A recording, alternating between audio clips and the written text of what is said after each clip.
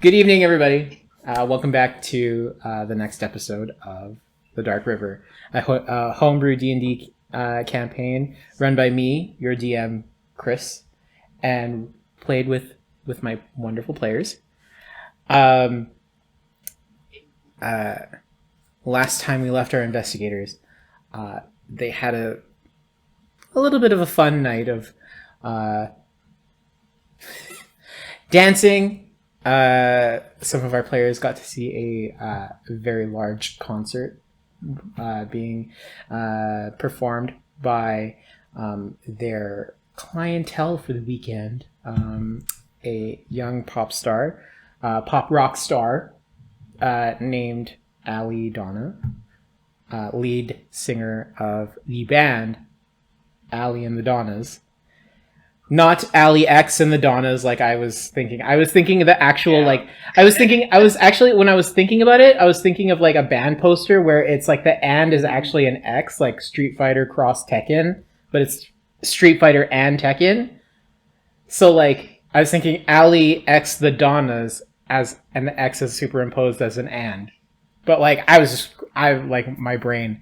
I knew what you meant, it's fine. Yeah, I mean, whatever. Artistic license. Ali and her exes. Yeah. It's just 7 of her old I was thinking like Ali and the 7 evil exes. It is the ultimate version of Fleetwood Mac. Oh no. It's just all of her exes. She forces them to play. Brian Lee O'Malley, don't sue me, please. I have no money. But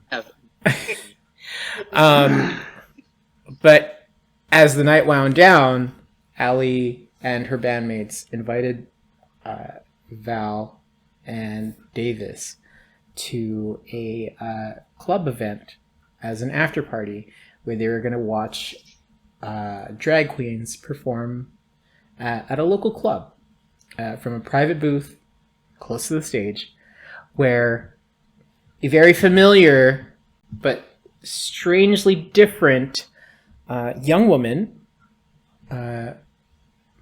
peddled her drag wares, as some people like to call it. After a rousing performance where Davis ran into his boss, Threll Morgrove, the half-orc sergeant constable from the Northern College Arcanum, everybody went home for a good night's sleep. We're going to open up. It's about, I want to say 11 a.m.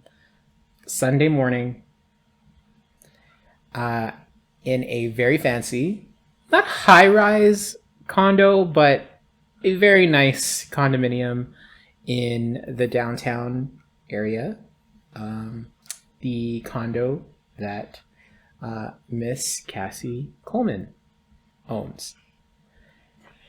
Cassie, it's 11 a.m. And you, I'm assuming you've woken up. You have a daily routine. You're up at 6. And you've done most of your morning ritual by this time. Threll has left for the day to attend to his mom, who called him at 8 a.m. For some sort of reason that he seemed pretty, not like fearful, but like he treated it with a lot of urgency. But wouldn't tell you what it was. She couldn't operate the remote. Yeah, couldn't operate the remote control. So, that coffee maker that you gave her, the coffee maker you ordered her has arrived, and like she doesn't know how to use it. So, and she can't read the instructions. It's in full Italian, like full Sicilian Italian, like absolutely. I was just gonna say she doesn't want to. She didn't want to even learn it. But You also end up getting a phone call right at 11 a.m. And it's your aunt's number. Oh, ooh, I haven't spoken to her in a while. Yeah. It's Auntie Shonda. And yeah. I pick up. And she... You pick up, and surprisingly enough, it's not Auntie Shonda on the other end. Okay. Hello. Hey, no.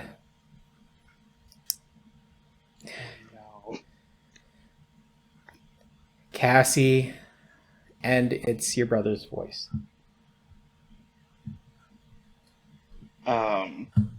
EJ? Hey, Why do you have Auntie Shonda's phone? I was stopping by after before class, and I may have lost my phone. I just don't want to. We're not going to get into it. I'm just borrowing Auntie Shonda's phone for like a hot second before I go to class. I just needed to call you. Wait, so Auntie is fine? She's fine. Auntie Shonda's okay? Yes, she's fine.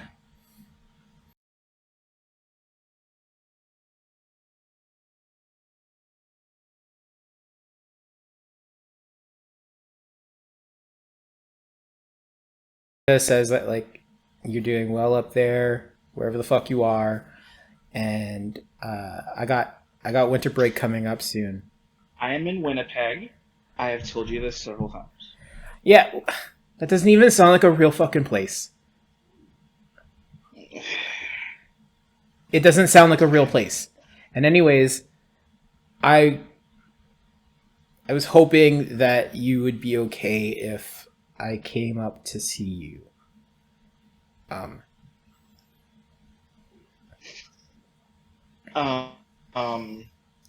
When?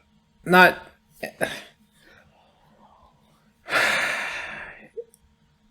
Winter break, or Christmas break starts at,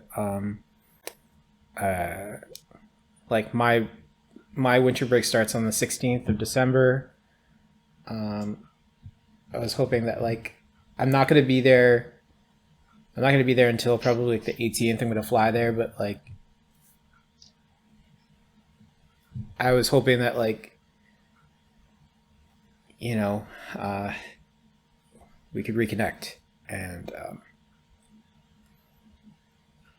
I owe you a lot of apologies. Okay, and I don't want to make it a big deal or anything, but I owe you a lot of apologies. And Auntie Shonda said that you're dealing with some things that I shouldn't be making anything worse by being the asshole I was, and I'm sorry. Well, that's really nice to hear.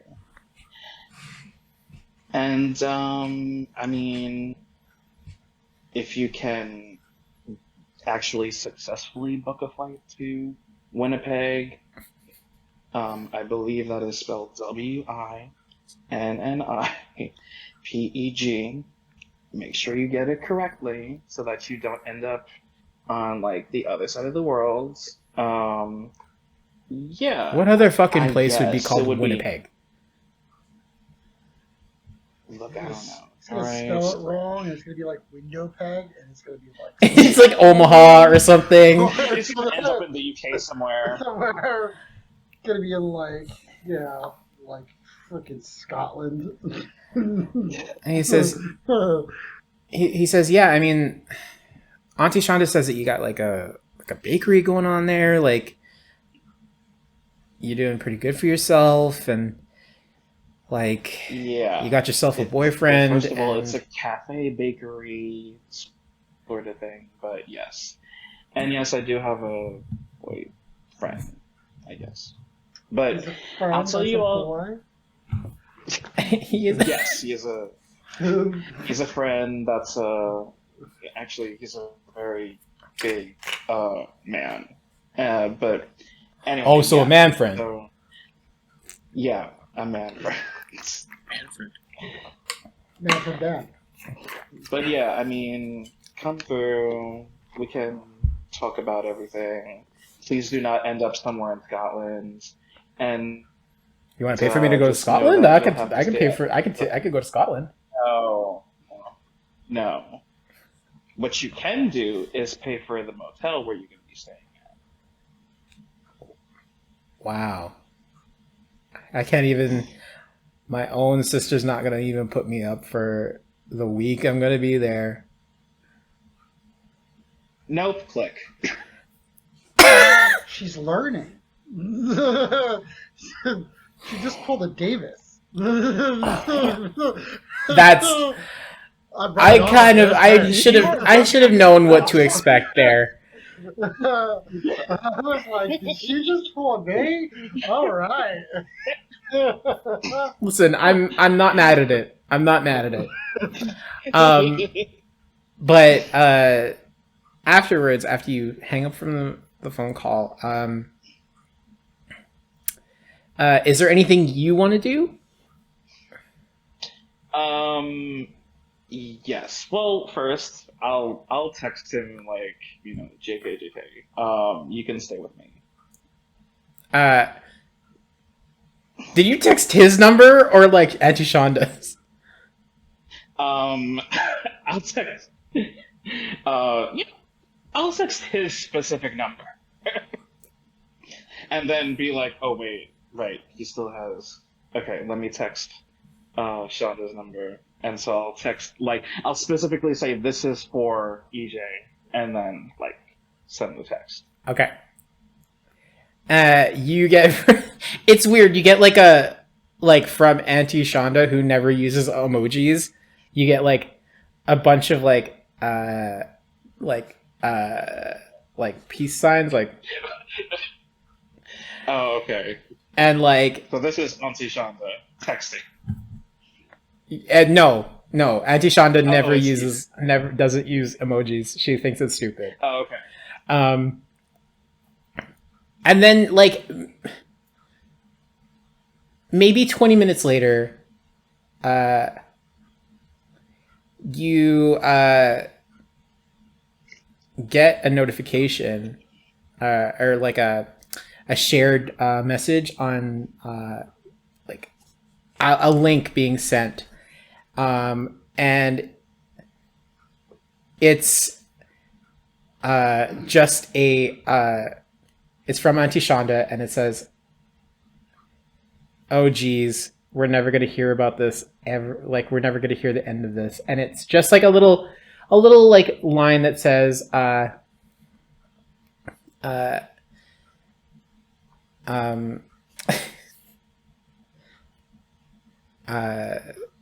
principal in elementary school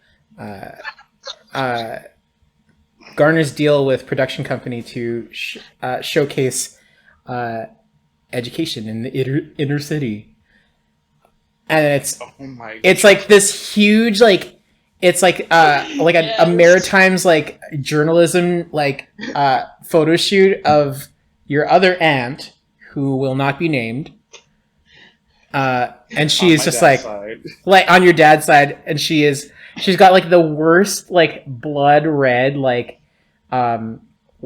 peekaboo red lipstick on, and she's just Oh, and the yaki bundle weave hair Farrah Fawcetted out, and she's just and behind her are a bunch of teachers who look absolutely miserable. And I'm just yep, that's exactly Miss 1N. Yep. And it's just you get a ha ha ha from Auntie Shonda, and then she says another text Auntie message 1N. comes. 1N. Auntie 1N. She sends a thing saying, "I'm glad that you and EJ are willing to talk it out," and that's it. I'll reply with like a heart, just a heart. And then a knife. Yeah. No. Uh, I don't know if that's all I have time for. Or... Yep. Anything else you want to get done? I mean, there was something stupid I did. Clear not. So, well, I have been trying to get in touch with Kiki, Mm-hmm. my fixer slash bestie from China. Okay. For what? Well, I'll text her like, "Hey, do you have a second?" Within like 3 minutes of you sending that text, she's like, "Yes. What do you need? What? And I sent her a photo, Mm-hmm. and it's of me with my old group, and it's like an advertisement for like a Chinese sports drink brand thing, and so it's like at a tennis court, and we're all wearing like pink like polo shirts, but like skin tight, of course, with like tennis skirts and like the sneakers with like the knee-high socks. And I just imagine the visors that were like ill-conceived for your hair. Oh, I wish I had a visor. What I have is a very clearly, awfully like installed wig, because I did not get to do my own hair, and so it's like this wig that is practically levitated on my head. Oh no! No lace to speak of, and the makeup is like it's giving colored your white your base like chalk, like it's giving that. And so I'm just like, I send the photo, and I'm like, I need you to make this disappear. This has been popping up in the Vivace hashtag on Twitter, and I need all of it gone.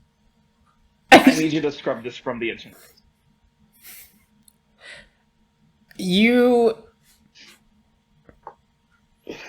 It's like a few minutes, and then you get a video call. God, no. Hi, Kiki.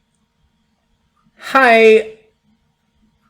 I forgot that Kiki this has a British accent, so I don't know if you know. Well, you know, that's expecting way too much from someone who doesn't want to offend anybody. All right. You? Okay, sure.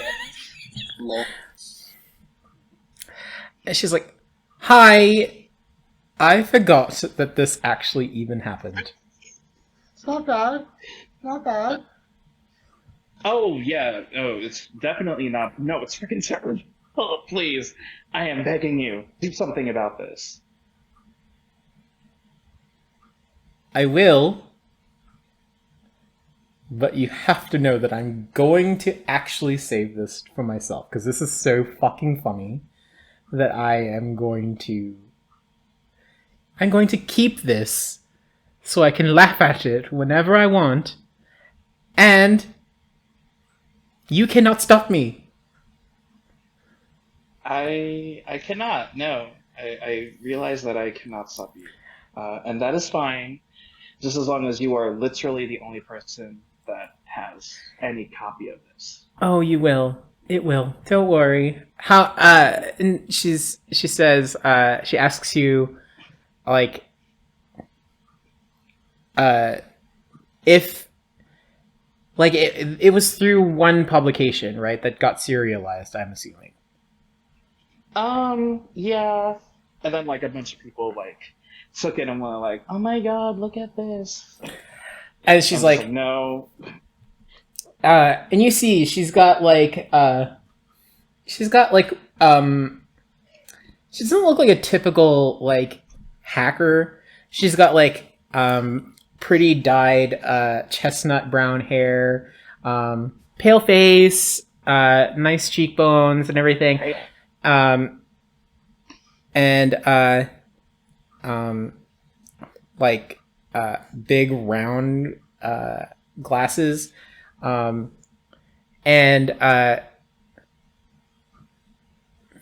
it's like you kind of assume that her like den where she has like all of her computers and like all of her hard drives like would be like this little hovel like in a dank basement with like black lights and stuff, and it's more of like a clean room almost, like white walls, heavily ventilated, and like completely dust free. And she's just like she's a germaphobe taken to the nth degree. So like she's basically a hikikomori, but she just looks good. Well, yeah. But then like as she's like walking around her house, you also see that like she passes by like her like weapon racks, and she is like, because she's a fixer and she regularly works with assassins, she knows she needs to stay safe. So she has like guns, she has 3 swords, and you're like, what the fuck? But you were like a computer program. She says, What was that? And she like points, she's pointing to like she like lovingly caresses a like a 9mm like handgun. She's like, that's my best friend. After one of like my other like clients decided that they were going to get fresh, I had to get better. So I've been taking gun course, like gun safety and target practice, so it's not like I don't know how to use it. It's just extra protection. It's extra protection. And it's not like you can just fly over all the way to China in like a heartbeat. Unless you're doing something completely weird. That is true. Doing something pretty freaking weird, but no. I cannot fly to Shanghai in like a second. Well, there you go. Then I need to have something to keep myself protected. I'm not judging you. I'm just saying, especially in China, a black girl running around with a gun, I don't know how good that's gonna look. Or ends. And she just... It's not like I'm... Why do you think I left America? And she says, it's not like I'm running around with the gun. It's just when I'm at home. And plus I have like a... And she pulls out a little like an ankle gun too. And she's like, plus I have this. Where are all of these guns? All of them? I'm just saying that you can get some crazy shit. These in? How did you sneak these into the country? I'm one of the best hackers in the world, and no one knows. I realized that, like, as I was saying. Yes. There you go. There you go. So they can't stop me, and I'm not going to. Right. I'm not going to stop. So.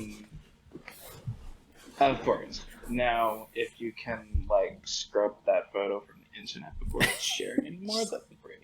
She's like, of course, babe. And she like doesn't even say bye. She just clicks off, and the video call's ended. And like literally 20 minutes later, you get like a collage of like that advertisement plus a bunch of other advertisements from Vivace, like laid out onto like a mosaic, and like it's just a picture that she like threw together, and then a laughing emoji, like just like that was only 20 minutes. And I just text like hate you with like a heart and a dagger. Good. Okay. Cool. So yeah, she'll get to work on it. Like within an hour, you look for like all like the Vivace like advertisements and like TV spots and stuff, and they're all gone. Oh, all of them? Okay. Yay. And you get like some weird tweets Just of like bad-looking ones. Just the bad-looking ones. Yes, yeah, like anything that like even remotely makes like paints you in a bad light or like makes you look completely like not perfect, they have suddenly disappeared from the internet. So every picture and advertisement is like, if I look like Candace Owens, get rid of it. Yes, exactly. So all the advertisements that now appear with you on it, like you're basically like, you know, the whole trend of like Normani Corday, and she's like with like what was it? Fifth Harmony? What's their group? Where she's like, you're just always ready and like looking perfect. Those are the only ones that are left. Yeah. Okay, good. And then, yeah. Where I look like my solo debut is imminent. Yeah, you're just like... That's left. Great. And it's like always in the best angle, like, for some reason. And you're like...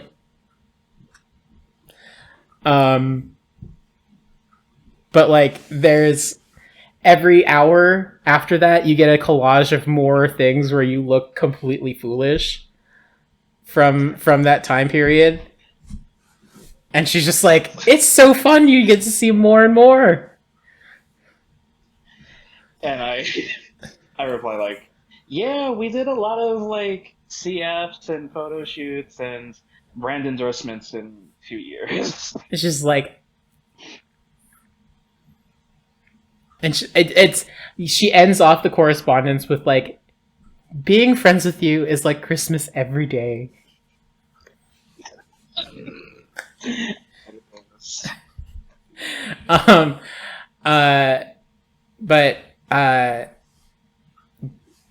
So around 2:00,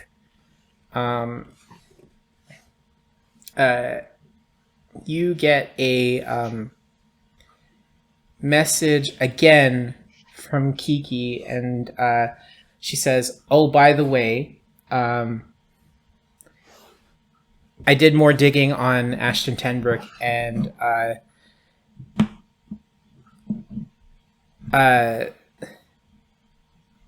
he's got some weird payments going into his bank accounts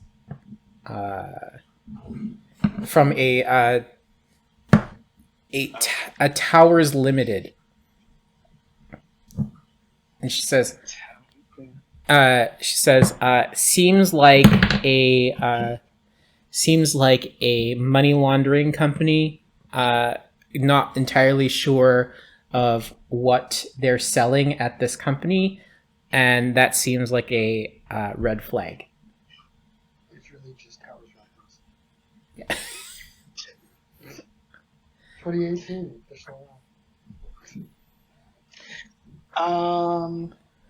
I send like a thumbs up, and I'll relay the information on to Tony. Okay. You send that information. He doesn't respond right away. You kind of conclude that he's really caught up with like whatever his mom's getting him to do. Mama's boys. We're figuring out the steamed milk function. The frothing on the without burning the milk. She wants to know everything, but she's not gonna read She wants him to explain everything to her. Yeah. To her. Exactly. In perfect Spanish, he needs to translate the entire user manual into Spanish, even though there is Spanish in there. Yeah. Yes, There's like a whole Spanish section. Yeah. Right, but no, she's not going to do it. No, She's like- she's not going to do that. No. She's like, no. And Thrall doesn't understand it. This is the ultimate practical joke. Yeah. I played the long game. She is fully aware that there is in Spanish instructions. She just refuses to read it. But after that, we are going to. It's a separate booklet. Yeah. She threw it out. She's like, I don't know where it is. She's like, didn't come with it. Or she's just sitting on it the entire time. Yeah, she's just like. She She has it in her like her gay robe. Gonna have to translate. And then it just like falls out, and she's like, "Oh, She's like, oh look, Spanish instructions." she's like, Mijo, look, I found the instructions after you explained it all. Me and Thrall's mom are on the same level. Mine's here. She knew exactly what I was going for. And so, is there anything else that you want to accomplish before the gala?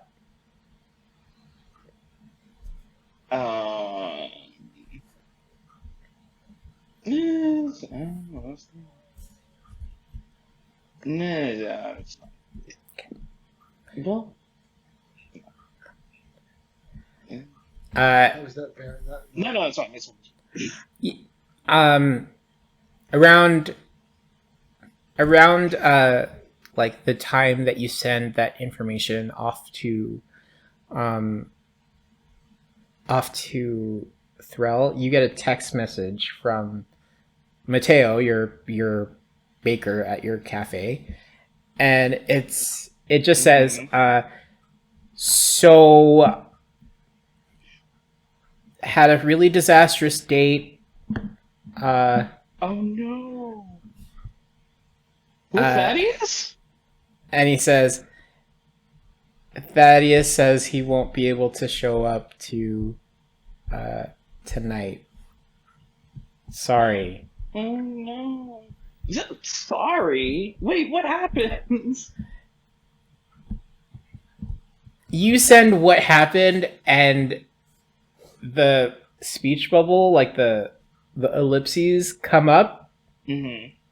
then leave, then come up, then leave. And so then I'll text like, look, it's your business. If you want to text me about it, then you're totally open to. But like, there's no rush.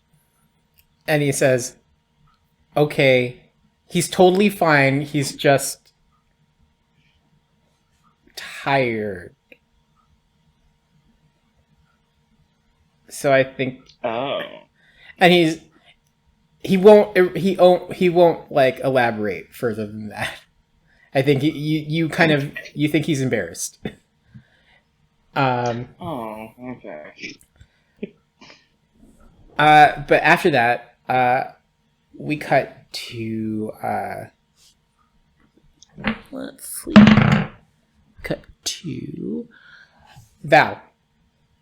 It is at this point it's about 3:30 p.m. You got your call sign from Allie around about an hour ago. She kind of let you have the morning off and just to do whatever you need to get done before the gala tonight. So is there anything you'd like to accomplish before that? The gala is starts at 6. So you got another 2.5 hours. I think you would just be I think you would go get another suit. Okay. To look a little nicer. Okay. Nothing too like overly fancy, but just a nice 3-piece. Okay. Are you trying to look for places that are just like suits, or are you looking for something a little more suited to your brand of work? Probably that one. Okay. Okay. Give me an investigation check. Investigation check, you say? Yes. 8. On brand.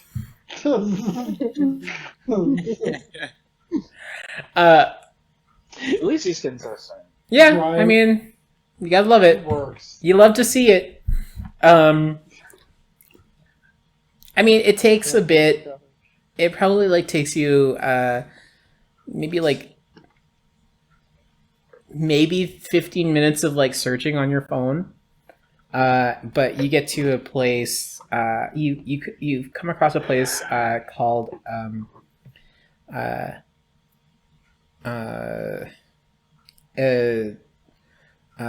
Tully's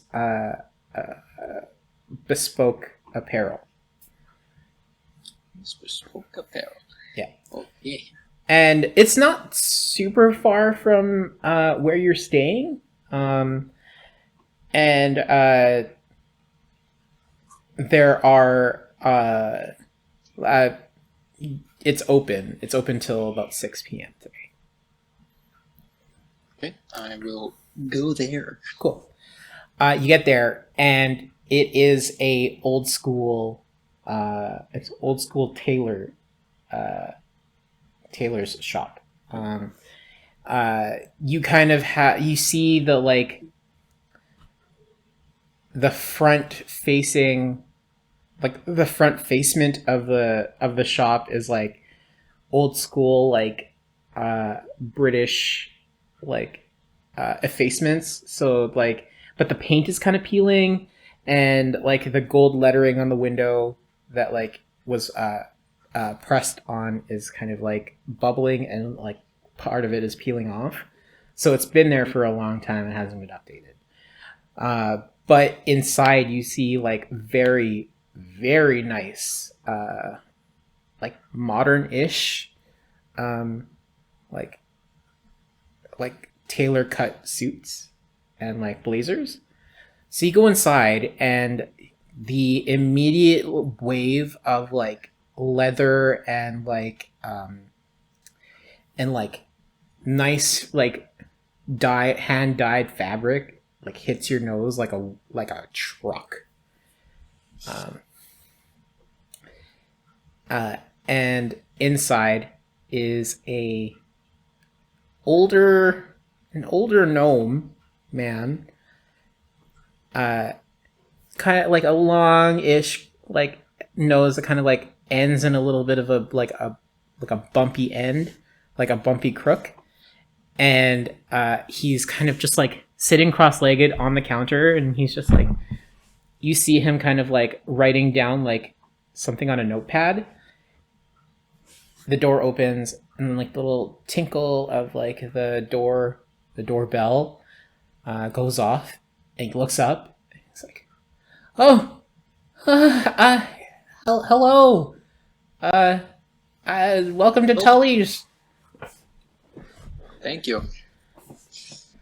Oh, and as you walk up to the counter, you're towering over the counter already, and he's just like, "Oh, you're a big fella." Yeah, I am a big fella. What can I do? Well, I am attending a gala tonight, so I need a suit that I can still perform my job as bodyguard security in. I was wondering if you could help me. Oh, of course I can. Ooh, that's a lot. It's been a long time since I've had someone who needed that kind of work. Sure, Please. And he points to like a bunch of mirrors, and he says, "Please stand there, and I can get your measurements." Okay, I'll stand. I'm gonna give you the Don Rickles special. And then you don't like, you're looking at the mirror, and you see in the reflection he hasn't followed you. He's just sitting at the counter, and then he turns, and he like he has like a little, like a almost like a mini laptop. It can't be like more than like this big, about the size of like a older generation iPad, and a keyboard to match the size. And he types in something with like one of his hands, and then hits enter, and then suddenly the mirrors start producing like lights and like a laser grid that like kind of just like reads you like down, then up, and then the platform you're standing on rotates, and the lasers come down and then back up. Nice. Cool. And he says, "Oh, ASMR, that's interesting. I haven't seen one of you in a long time." Oh, well, they tend to keep to themselves. Oh, don't I know? The last time I saw one was about 120 years ago. Oh, wow. That is fascinating. Yeah. Nice man. A little mean, but had his heart in the right place. I followed him and 13 others. Yeah, most of the men are usually military in ASMR country. So Yes. He seemed like a soldier type. Very, very much a soldier type. Didn't really like my method of getting things done, but that's another story. sure. And then he kind of prints out. He like hits enter on his keyboard, and like a printout, like you hear it like screeching and like coming out of a printer, and he like pulls it. He's just like, "Okay, now, what kind of colors are you looking for, young man?" Mainly blacks, maybe dark blues. Okay, and Italian bespoke or Swedish, nice European, double pleated. Sure, that sounds great. Sure. And he says, "Okay, stay over there." And I will. and he types a few things into his computer, and you see the shelving like all around you, and like the racks start to move, like they're on almost like conveyor belts, and like hidden shelving, and like different types of like blazers, pants, and dinner vests like come out. And finally he kind of like looks, and he's like, no, that's for somebody else. No. Oh no, that's all right. I think that'll go. Young man, do you have like armor that you're going to be wearing, like a bulletproof vest or something to protect you from fighting? I do not. Do you have something you can put into the clothing? Yes, I can definitely do that. And he starts typing more things in. And you see a really, really dark gray blazer like present itself on a rack, and then the rack gets covered by like a filament tube, and you can see through it, and it's almost like a chamber that looks like it's for sandblasting, but then like it something puffs up around the suit, and then it dies back down, and you see that like there's little like shiny black granulations on it, like it got like run through like a sand, like a bunch of sand, like while wet, and then it starts like the chamber starts to whir, and you feel like you can almost feel the whole room kind of heating up a little bit, and then the granulations start to like melt and seep into the fabric. Ooh. And Very then it like and then like pops open, and you kind of have this like distinct smell of like a new car smell almost. Has Val encountered a new car smell? I'm sure at some point.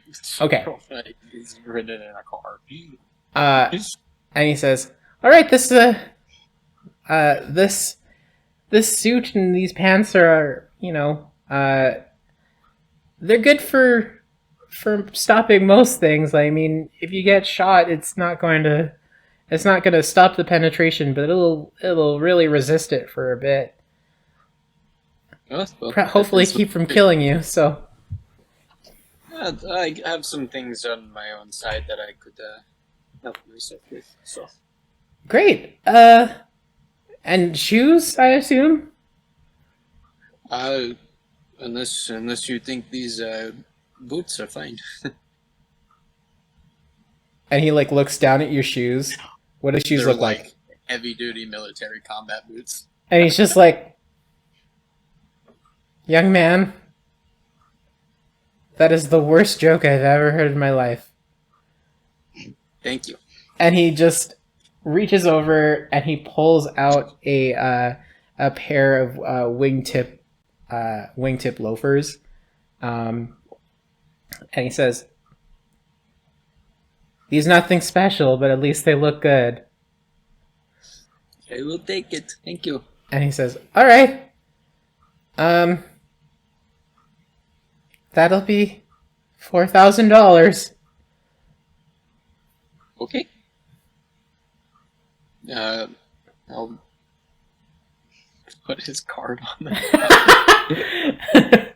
Okay, cool. And he like takes the card, like swipes it on the machine, and there's like a momentary like, "Oh, that was $4,000 on like a custom made suit and loafers," and you're like, "Is it gonna go through?" And then as soon as it says, your brain's like, "Is it gonna go through?" It's like, ding, approved.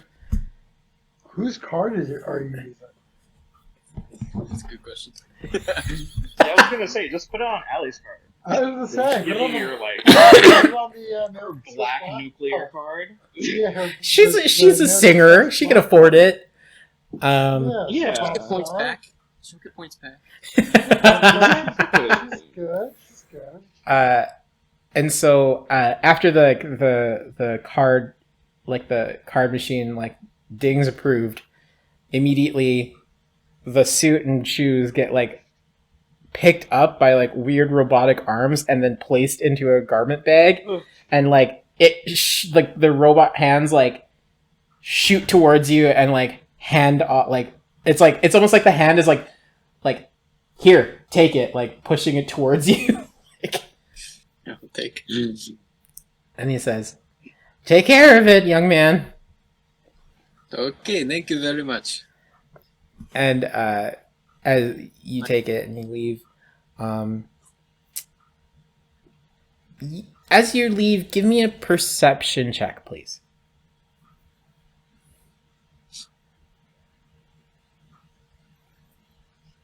10. 10.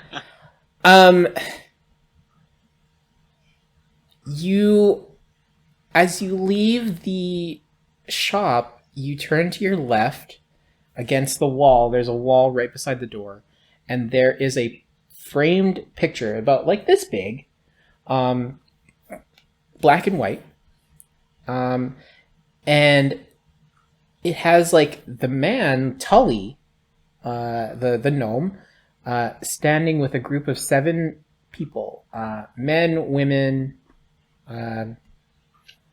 androgynous figures of questionable gender, but they're all standing in front of a large stone fort, and they all have weaponry of some kind. Tully is actually holding a what looks to be a very old school looking blunderbuss, like in his arms, like a musket almost.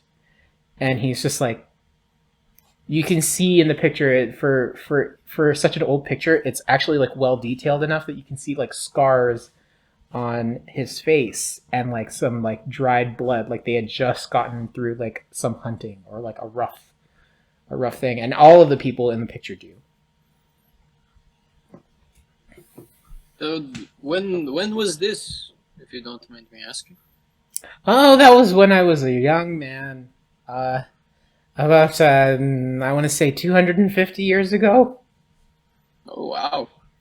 Yeah, my mind is a little bit shaky, but yeah, I think it was about 250 years ago. It was one of the forts that used to be around this area back before this city was a city. Well, that is very, very cool. Yeah. You look like quite the adventurer there. Oh yeah, I was one of those. They used to call us voyageurs back in the day.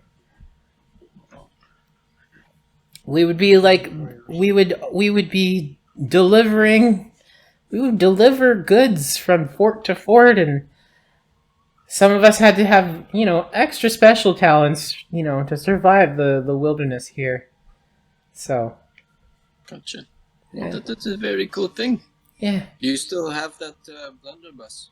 Oh yeah, old Betty, and he points to a very well kept gun, sitting on a rack, like a display mount, behind him. Wow, that is fascinating. Yeah. I adore old weapons and everything. They're so cool. Oh, well, this thing can pack a wallop even now. Believe it. Took down a rampaging Dalgara in its heyday. Blew its head straight off. That is no strange feat. Yeah.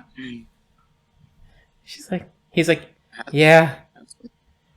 Eventually, I'm gonna get that guy who, that asshole who summoned it. I'll get that guy one day. What is his name? I can keep an eye out for. Well, I'm pretty sure he's long gone. He's not gonna be found unless he wants to be. Never know.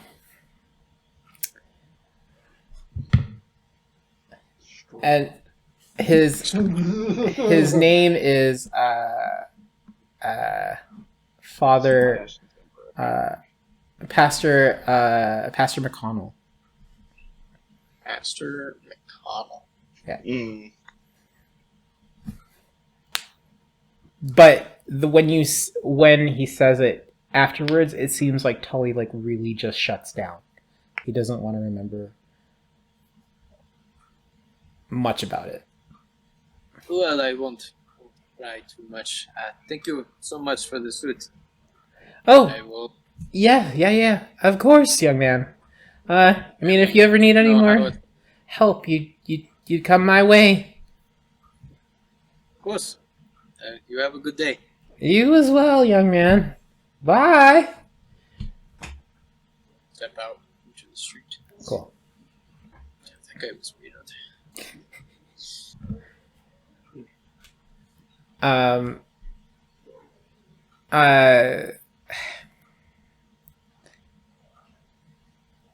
You as you're heading back to the hotel, you get a phone call from a number you don't recognize. I'll answer. Hi. Hello. Hi. I was told to call this number. Said that you might be able to help me with something. What is something?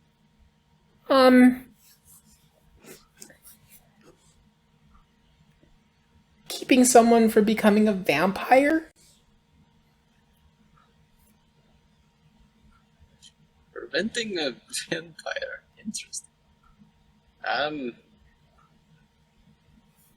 Explain? Well, my boss and I were, let's say, fighting a vampire, and then my boss got bit, and I don't know if it's going to turn him, so I just want to make sure.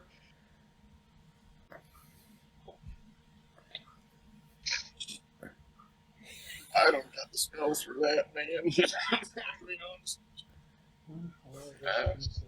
She's gonna have to stake her life on it. Oh my god. That's your one. That's your one. That, yep.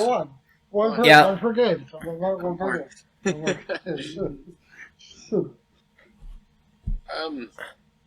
I am not sure how my services could be helpful. I do have that. Oh, okay. Yeah, that could work. I think. I think. Oh no. I could try something, but I have no guarantee. No greater than a cleric would be.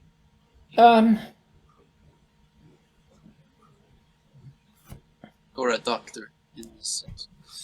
And so, she says, "Okay, I mean, I'm willing to try. I'm willing to try. So, Okay, yeah. Where are you? And she sends you a location, and it's pretty far. It's about like the outskirts, like right at the perimeter of the city. It's it looks like a dingy hotel at the perimeter of the city. How far, like time-wise? If you take a cab, it'll maybe be like 15-20 minutes. 20 minutes? And it's like 3:30? Yeah.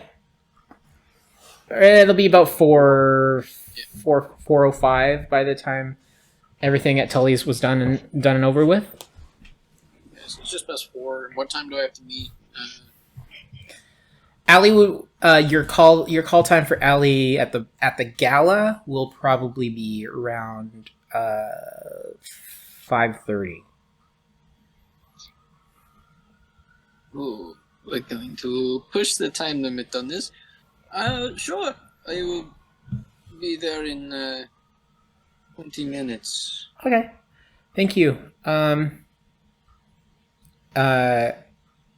the girl hangs up as soon as you say that, and you hail a cab, and you get to When I'm sitting in the cab, I'm gonna text Davis. I'm just gonna text him. Hey, going to check out this job on the edge of town. Might be a few minutes late to call, but I will be there. Send. I just said the most passive aggressive thing I can think of. Okay.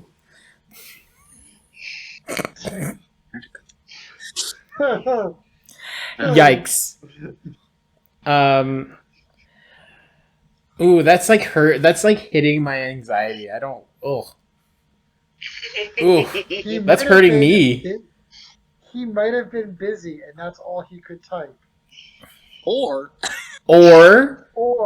he was being Or a more likely situation. he was just being passive aggressive. Being passive aggressive.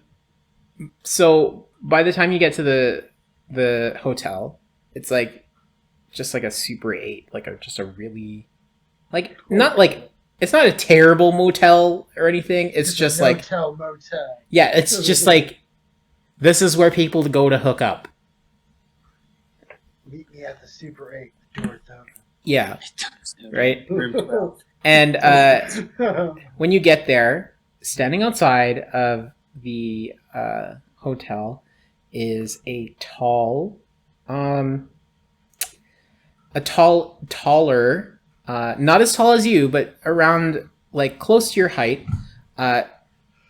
built black woman with some pretty like well kept braided hair, long, about down to past her shoulder blades, and she doesn't look like anxious, but she's just like looking around and like just waiting for. She looks like she's waiting for someone. I will walk up. Be like, "Are you the one who called me?" Yeah. Thank you for making the time. I know this is a really weird situation. Very weird situation. Good. Well, not good. What the fuck am I talking about? This dude I just met is like turning into a vampire and told me to call you. I think. Well, I think he might be turning into a vampire. I'm not sure. Anyways, What room is he in? and she like grabs your hand. She's like, "Just follow me." And then she like, her grip is again assertive and like concerningly strong. And she leads you up like through the front hall into the elevators. You go up to the third floor. She goes down to room 309, and inside you get in, and it's like just a dingy like double bed hotel room. There's a small washroom off to the side, right by the door, and sitting on the bed is a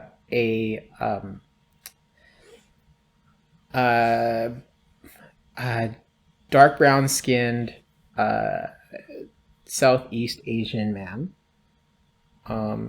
shirtless, nursing a bunch of cuts and like looks like slash marks across his body. Interesting. There are a few, you notice like on like the left side of his neck, there are puncture wounds that aren't like bleeding profusely, but they're still kind of oozing blood. Nice. Do I recognize the fella? No. And he says, "Oh, Jesus. Who are you?" First of all, hi. Hello. I didn't think that you would actually call anybody. But I'm Caius. Oh, Caius. Yeah. Hi. The guy that has been missing for a hot second, right? Yeah. He's like, Where yeah. have you been? What have you been doing? It's a long story. I was doing a recruitment thing, and he points to the woman who like entered the room before you, and she's standing in the corner, kind of like arms crossed, and you see in the corner a large woodcutter's axe, like a two-handed woodcutter's axe, and she's standing a little bit like protectively of it. And she says, he came to recruit me, and then we tried to fight a vampire lord and didn't win.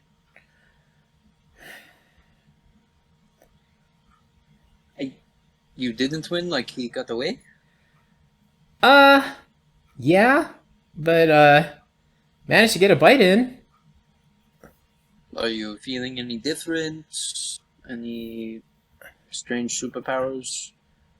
Not any more stranger than this. And he like waves his hand, and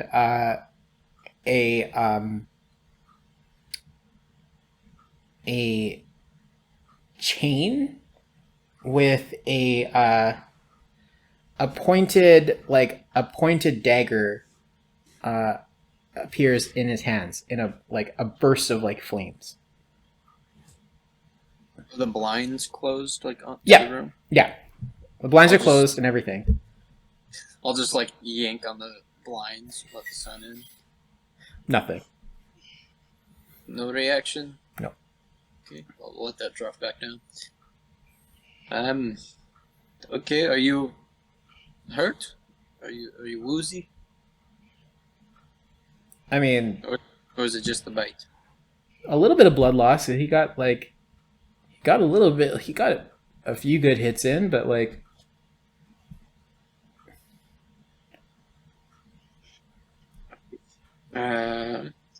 This is the next day. I have all my things. Yeah, sure. I'll slap 10 hit points into him. cool. You see like a majority of like the cuts and like a big wound like right at like under his like rib cage like start to close up and like knit together, and the puncture wounds like seal up, and he like lets out a little bit of a sigh of relief, and he says, "Whew, okay, that's a little bit better." And just for good measure, I'm just going to touch your forehead. I hope you don't mind. And I'm going to poke him right smack in the forehead, and I'm going to cast Lesser Restoration. Cool. Try to target a vampiric disease if it's there. You don't in the moment of like casting the spell, you don't really sense a like vampiric thing, but you do.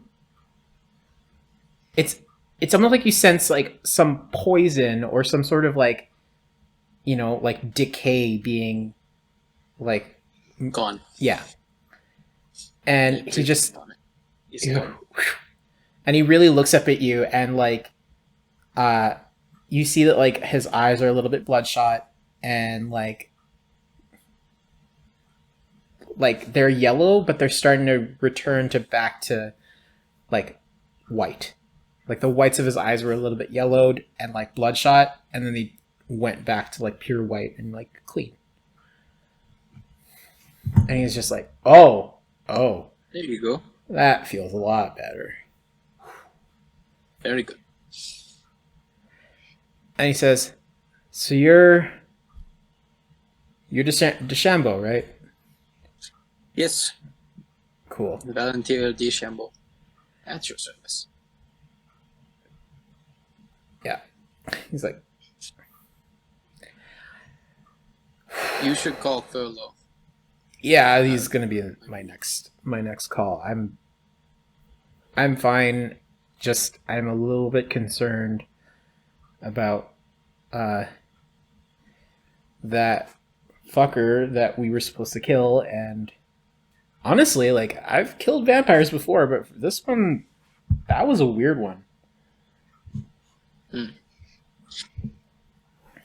Do you have a description of him? Yeah. Old, Out. big, muscular. These are very great descriptors. He was an orc. Arms. An orc. Okay, now we're getting some. 2 legs, Uh, And he has a stomach. he has like a lot of like he has a 20-pack abs. I think he's got a spleen or two. Yep. Deal. And he says, he's like, I know I got some really good hits in, but like he got away after biting me because we didn't know if I was going to turn. And Antonia thought that we should probably run. She thought that this would be the best. Antoinetta. Antoinetta. Sorry. You're frozen, by the way. Yes. Yeah. Yes, I know. I'm just bringing something up. And he's like, Antoinetta thought it would be best for us to beat a hasty retreat and said that this would be the best place to go. So I pulled a jump and we went here. Okay. Well, any inclination of where this old orc vampire dude is going to go? I have a feeling he's going to be chasing us. I'll be right back, guys. I gotta say about it. Okay. So you need to stay in a group? Do you want extra protection? He's like, no. I think Because home turf is probably going to be good here. And plus, Because I'm going to be at a gala tonight with a group, and if you want to be there, I could probably get you into like a back room or something. and he said, Antoinetta, the woman behind you, says, I also brought you here because this is where my sister lives, and she could probably... She's talking to Caius. She's like, she could probably help. And he's like, no, we can't. No, I'm not going to bring your sister into this. Who is your sister? And she says, she's like, I'm Antoinetta Coleman. My sister is, her name is Cassandra. Cassandra.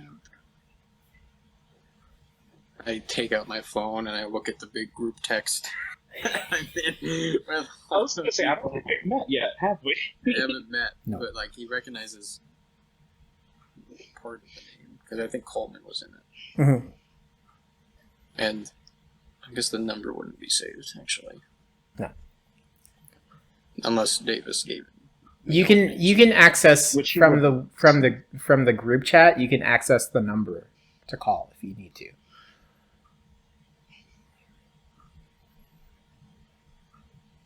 But I don't know which number it is because No. like 8. No, there's like there's 9 other numbers. I put my phone away. Yeah. I think that name sounds familiar. I think I'm working with someone named Coleman tonight.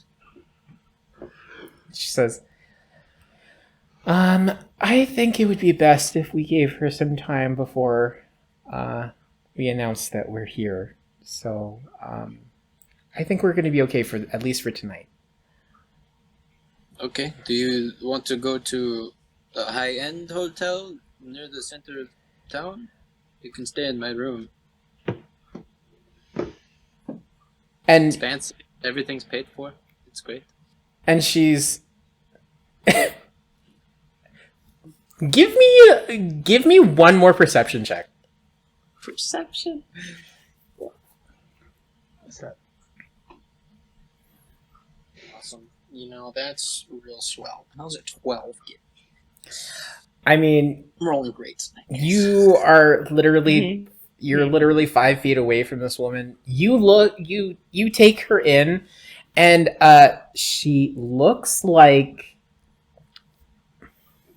how do I say this like nicely? A Super 8 motel? No. I mean, yes, but like, she looks like an old school, like, medieval farmer. She's got like a hand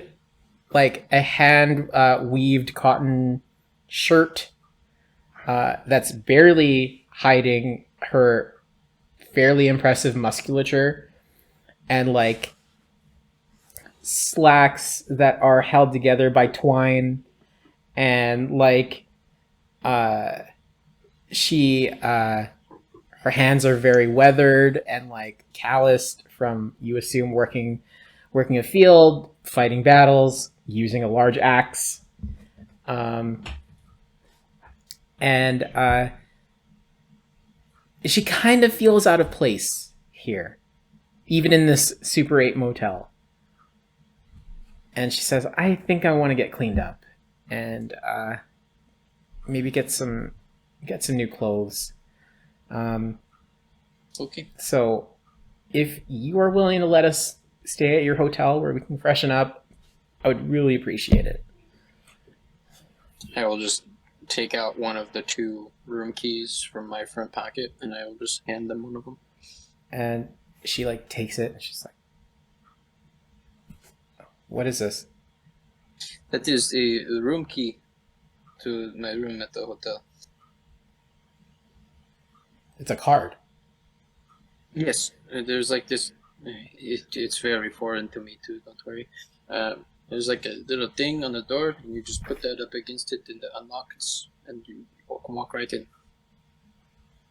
And she kind of like looks really confused. Like, I'll take it from her, and I'll just hand it to. and he like, Is your sister a technophobe? She does not like technology. She went to a far-off land with no She lives in a technology. place without technology. So. She's on it. she's basically like, Exactly. she Bring her up. above table, Antoinetta grew up in a very rural Romanian village that had no technology, and she was also living in a log cabin, fighting off Well, I didn't know if wolves, this was, demons, and etc. by choice, or like if she hates people, because I can understand that. And you know, I mean, knowing the Colemans, it's probably a bit of both. hey, you know, yeah. But do you want to take them to your hotel, or do you want to leave them to go to your hotel later? I'll take them there. Okay. Yeah, buddy, you gonna take it to your hotel? Hey. Because I have to go that way.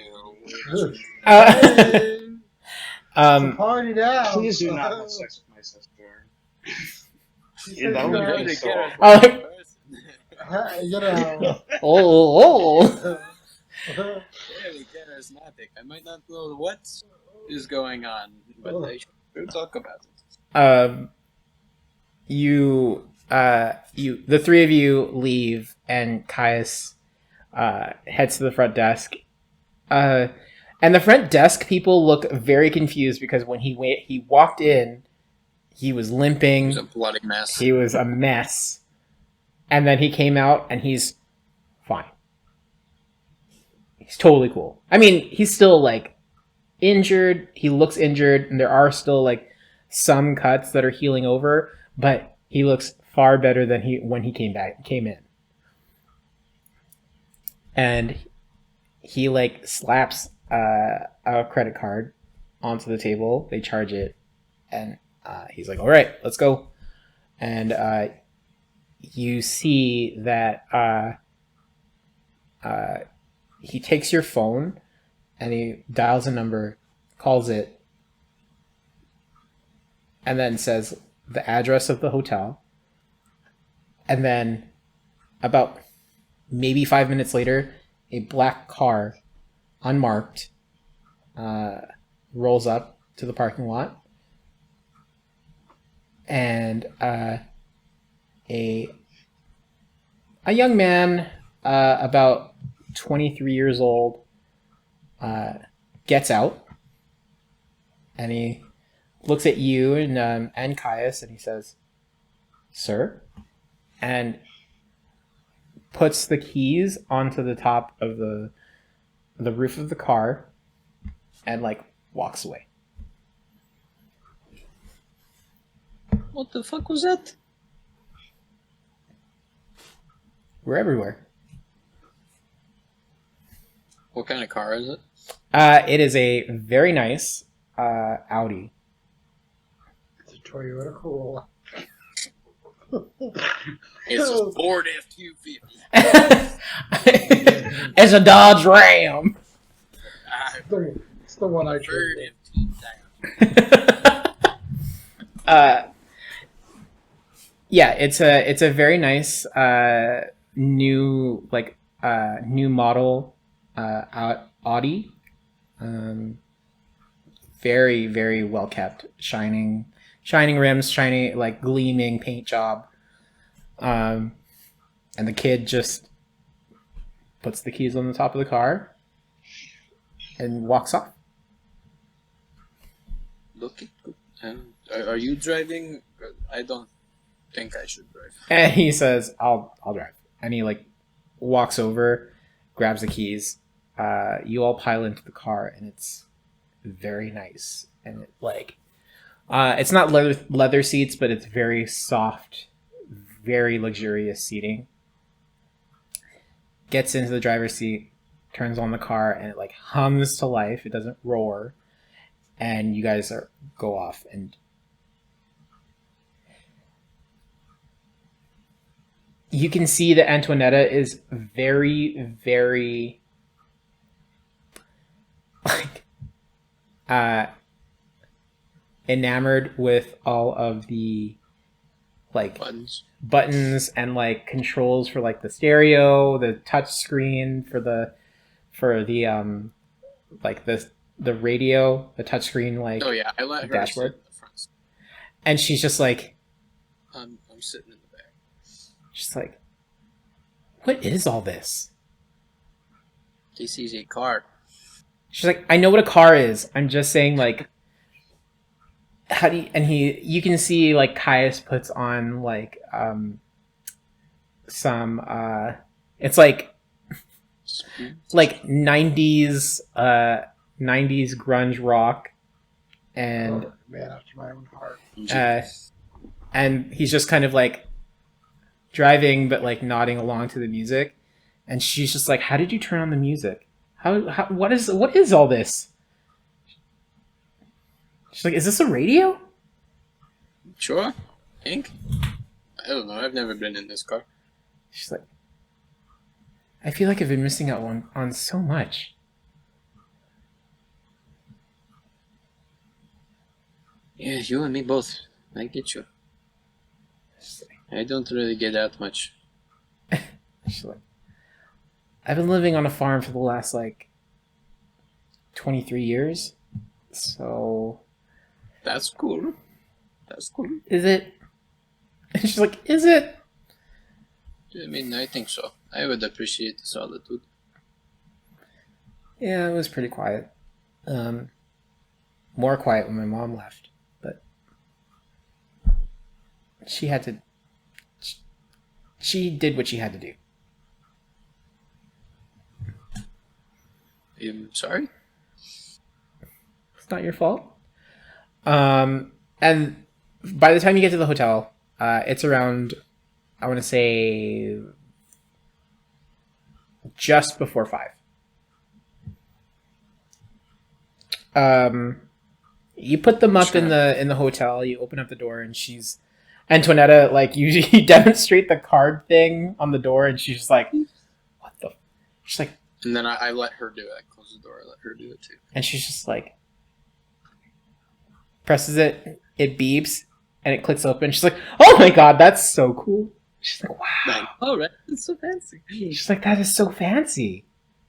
Wait till you see the inside and I'll push it open. And it pushes open, and it's like this, like, as regal as Winnipeg can get, sort of like hotel. And she's just like, whoa. She's like, wow, it's so... Ooh, that's so nice. Look at this bed. And she like, as she's like looking around the rooms, because your room is like a multi-room, like almost like a presidential suite. So, and then she goes into the washroom. She's like, you have a shower. Yes. You have a shower. Yes. Which you are more than welcome to use if you want. I do have to change into this suit because I have a job to get to. but you guys make yourselves at home. Like I said, the room is pretty much covered in my job, so get whatever food, drinks, and whatever else you wish to get. And I will be back later tonight. And Kaya says, yeah, man. Thank you again for especially assuaging Antoinetta's misgivings and fears. Antoinetta, if you haven't already figured it out, Val is one of our agents. And she says, she looks at you and she's like, oh, so that's why you had that number. She's like, and she turns to Caius and she's like, oh, you motherfuckers really do have people everywhere, don't you? And he's like, Yes. yeah. He's like, yeah.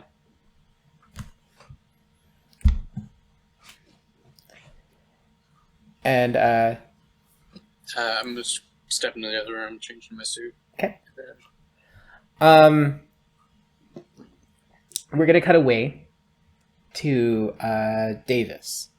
Davis, it's around. It just hit 5:00. Your call time for Allie is 5:30. So, Right, no time. Shit. Okay. yeah. I had spent my entire day at like a makeshift like workbench I had it installed in Oleg's house, Okay. Mozart's, and I had spent all day like tinkering on something and making something that I think I was like, oh man, this is shoddy work at best. Okay. What's the doctor's name at the college? Tima. Tima. She's like, she's I can feel her like disappointment all the way from the college. Well, you know what? If you're gonna do that, give me 3 sleight of hand checks and add your proficiency for your tinkerer's tools. Okay, so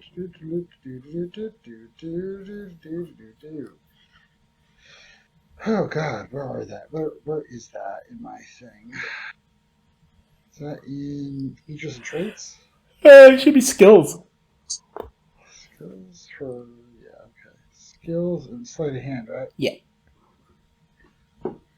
Okay, so 16, a 22, and a 17 with my sleight of hand, plus my proficiency. Mm-hmm. On all 4 is the first one's a dirty 20, then a 25, and then a 26. Okay. What exactly are you trying to do? So I'm making my Eldritch Cannon, but what I'm doing is I'm making like a thing that I can just kind of like roll out the ball mechanism. Like a 'Cause I can make it into a bunch of things. It can be a weapon. It can be something that I set up. okay, That is like defensive. A defensive like a thing, turret almost. almost like a turret if I want it to be. Okay. I can make it a part of my weapon too, but I'm not going to mess with that. I'm not cheat. That's something that she would have to do. I'm not doing that. Okay. I make a little thing, and like it's like foldable, almost like a puzzle, and like not rolled into a ball. It looks like a little wolf. Like, Oh. tiny little like wolf cub thing. Okay. It rolls out and like does a little thing and like and it turns into like the minute it stops rolling it like with inertia it like pops open. Oh. Okay. So like it's cute. So I was gonna be like, that's cute, and then it's just gonna like hit them in the face with an eldritch, with like eldritch cannon fire. I mean, okay, so Which is a part of my, which is a feat too, because I can make little objects. yeah, yeah. So okay, just like how big do you want this thing to be? Like softball. Softball size when rolled up, Yeah, we roll that. and then when unfurled, I'm assuming about this It's like- big. Yeah. About Okay, so I would say that that's considered like a small, like or like a tiny on the cusp of small. Yeah. That's okay with me. I didn't want anything huge. Something that I could possibly carry in my pocket. Just have a huge bulge in your pocket. Is that an eldritch cannon, or are you just happy to see it? That was a good one. Okay, I'm sorry. That I didn't have to. Okay. What would you like to know? I mean, it's this I'm not gonna bring it with me. Now. prototype is rough, but it does work. Oh, I don't know. I'll bring it with me, but like, how do I transport this? I can't. I think I'm gonna work on it, but I'm gonna leave it because I'm not confident in its abilities at the moment. And I want to like bring it to Tiamat and be like, can you help with this? Show me the ways. Okay. Master. Okay. It's funny. You put it down on your desk, and then it starts to like. Because, correct me if I'm wrong, an artillerist, the Eldritch Cannon, if you so wanted it to do so, it could also move on its own with a bonus action, right? I believe so. Let me go to my features and traits. Magical tinkering, and view a tiny non-magical item with magical properties. Infuse item. Artificial infusions. Right tool for the right job. I have thieves tool proficiency. Spells. Eldritch Cannon. Using a woodcarver's tools and smith's tools, you can take an action to mechanically create a small or tiny Eldritch Cannon in an unoccupied space on a horizontal surface within 5 feet of you. A small Eldritch Cannon occupies its space, and a tiny one can be held in your hand. Once you create the cannon, you cannot do it again until you finish a long rest. Okay. So you see that you place it down on the table, like your work table, and it starts to like. Nice cat. Sorry. It's all good. Oh, that was. It starts to like roll on its own and then unfurl. Like it uses the inertia to kind of like pop up and like unfurl, and it's just kind of like on the table, just kind of like tick tock, and looking at you. Tick tock. And I just go tick tock. Stay. And it stops when you say stay, and you're like, it doesn't have expressions just yet, but you have the idea that it's like not impressed. I'll say, not that he needs it, but I'll go, protective mode, Oleg. It immediately like hunches down, and like the eye little like optics things start to glow red, and then it jumps up, furls into a ball, and starts rolling out the room. Like a sentient Roomba. It's almost like you made a Sonic the Hedgehog ball that can go by itself, almost. Mm-hmm. And then you hear like maybe a second later, Davis, why is there like a little metal ball rolling around me? Don't worry about it. Just let it do its thing. You're not going anywhere, right? No. No. You gotta play video games. I gotta do work stuff. Yeah, I mean, be careful, but I'm just gonna be here. No, all right, good. Don't worry about the little. It's an experiment, but don't worry about it. Don't pay it any mind. Just let it do its thing. I already. What is Canada's like version of Uber Eats? Like, Well, Uber or Eats. like Grubhub. I don't know. 'Cause Yeah. Uber we Eats. have our- Skip the dishes. we have our own regional DoorDash? version. DoorDash. We have that too, but we have our own city. Our Oh city yeah, has- yeah, yeah. No. We yeah, have our like. city has its own our own localized business. Oh, yeah, no, it's Uber Eats, DoorDash, and skip the dishes. I'd say I was like, don't worry about cooking. I Uber Eated you like a bunch of stuff, lots of like your favorite snacks, and I got you some pop and stuff. And he's like, okay, I appreciate it. Thank you. Just be careful. And then you see, like, you hear, as soon as you say, like, an Uber Eats, you hear the ball, like, roll up again. And it's like, it sounds like a heavy ball bearing, like, rolling down, like, your hardwood flooring. And then it, like, unfurls at the door, and it's just, like, letting out, like, what you would think is, like, a little growl. But it's, like, it sounds like the tiny grinding of gears made to sound like a growling noise. From the bedroom, I'll say, delivery approved. And it says, you hear a very small delivery approved, and then it rolls back up, rolls back to Oleg. And I'll go into my closet and get one of the nice suits I have. I'll get the one suit that I got after I got into the CID. Well, the one that I was using in the CID, which is tactical, and it has like Kevlar lined stuff in it. Okay, cool. And Go ahead. put on my gun holster and like check it, make sure it's good, put it in there. I don't take any of the attachments with me because I'm not perceiving there to be trouble. No.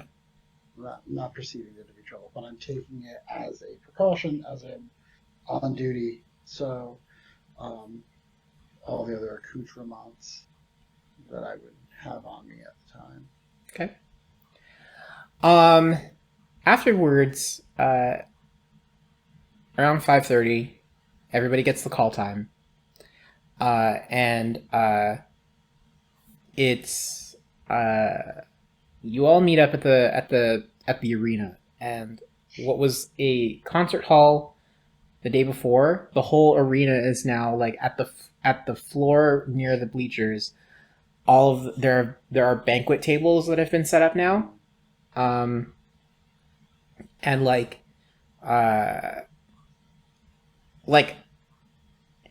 it's almost like the stage is still there, but everything has been covered up by like very, very large, long white gossamer curtains that are kind of like obscuring the arena seats. So it gives off the idea of like a very beautiful like banquet space, even though this is an ice hockey arena. And you all show up, including Malia, who is, dressed very nicely, wearing a pantsuit and a half, it looks like a half crop top blazer, like jacket, and like a nice shirt, like button up shirt underneath, and like nice slacks. And she has a leather holster for her handgun, and like a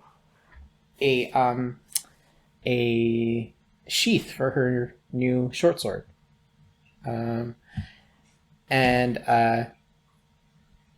you can see that like no one has stopped you guys. You are all security, so like they see your badges, they see everything, so they can't rightly stop you. You're Davis is a cop, and B, you've all got security,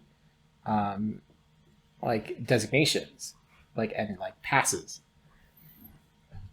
But by the time you guys get there, and like, Ali runs through what's going to happen tonight, as well as with the event coordinator, who explains that it's a charity auction gala, and they have some artifacts and some like art pieces that are being auctioned off, and it's a fundraiser for like some sort of charity that Ali is a part of. Like she famously is a big spearhead for this particular charity, and all the rich people, the rich society of like the city, are there to spend their money and like give their money away to charity and shit. Mhm. So you guys would have to be stationed around like in various places. You all have communicators, so there's you can all communicate with each other with no concern for distance, especially in this space. It's about like 60 feet to 100 feet, or 60 by 100 feet, like the whole chamber. And Val, you are situated closest to Ali, who is at like one of the front facing tables. But as like right at 6, people start showing up.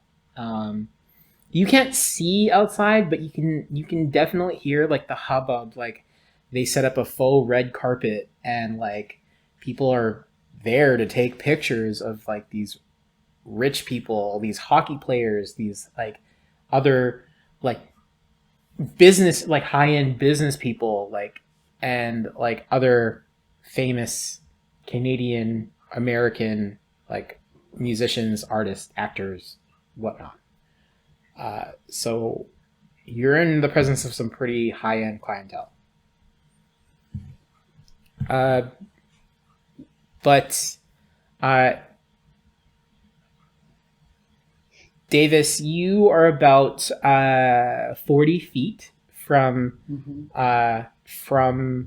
Ali's table. You can clearly see Val. He's in your line of sight, and Cassie, you're closer to the auction stage, and you're standing with Malia, and you have a very good eye line of the entire banquet section. And as the night wears on, like there's a dinner, very nice. There is a live band. What's up? No, I just was like, am I there like I'm there as security, right? Yeah. I'm not there as a guest. Okay. Yeah. You're there as security. You all also know that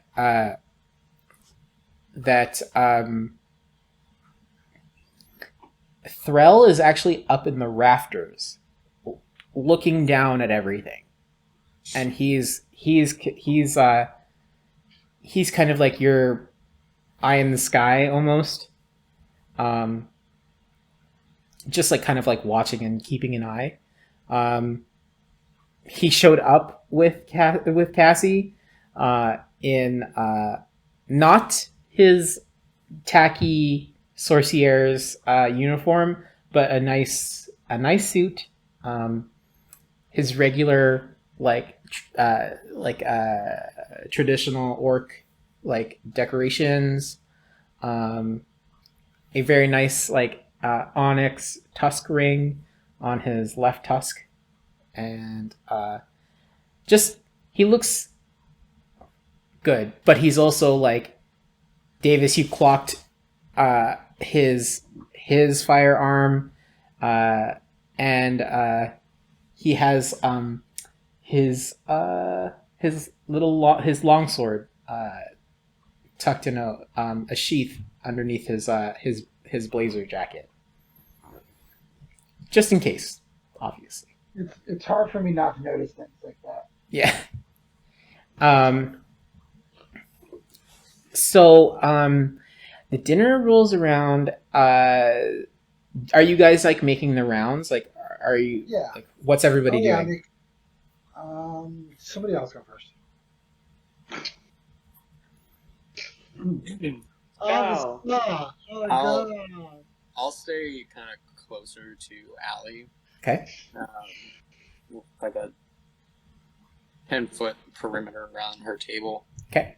And I'll just keep checking in with the other people every 5 or so minutes. Okay. Give me a.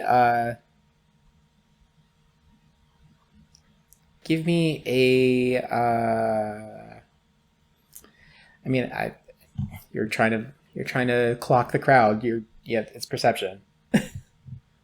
Sorry. 6. Oh, I rolled above a 10 today, dude. I rolled an 8. 8? Oh, God. Oh my god. Okay. I just used my I hate Himbo energy. Yeah, I mean, yeah. It's Use your 13. passive.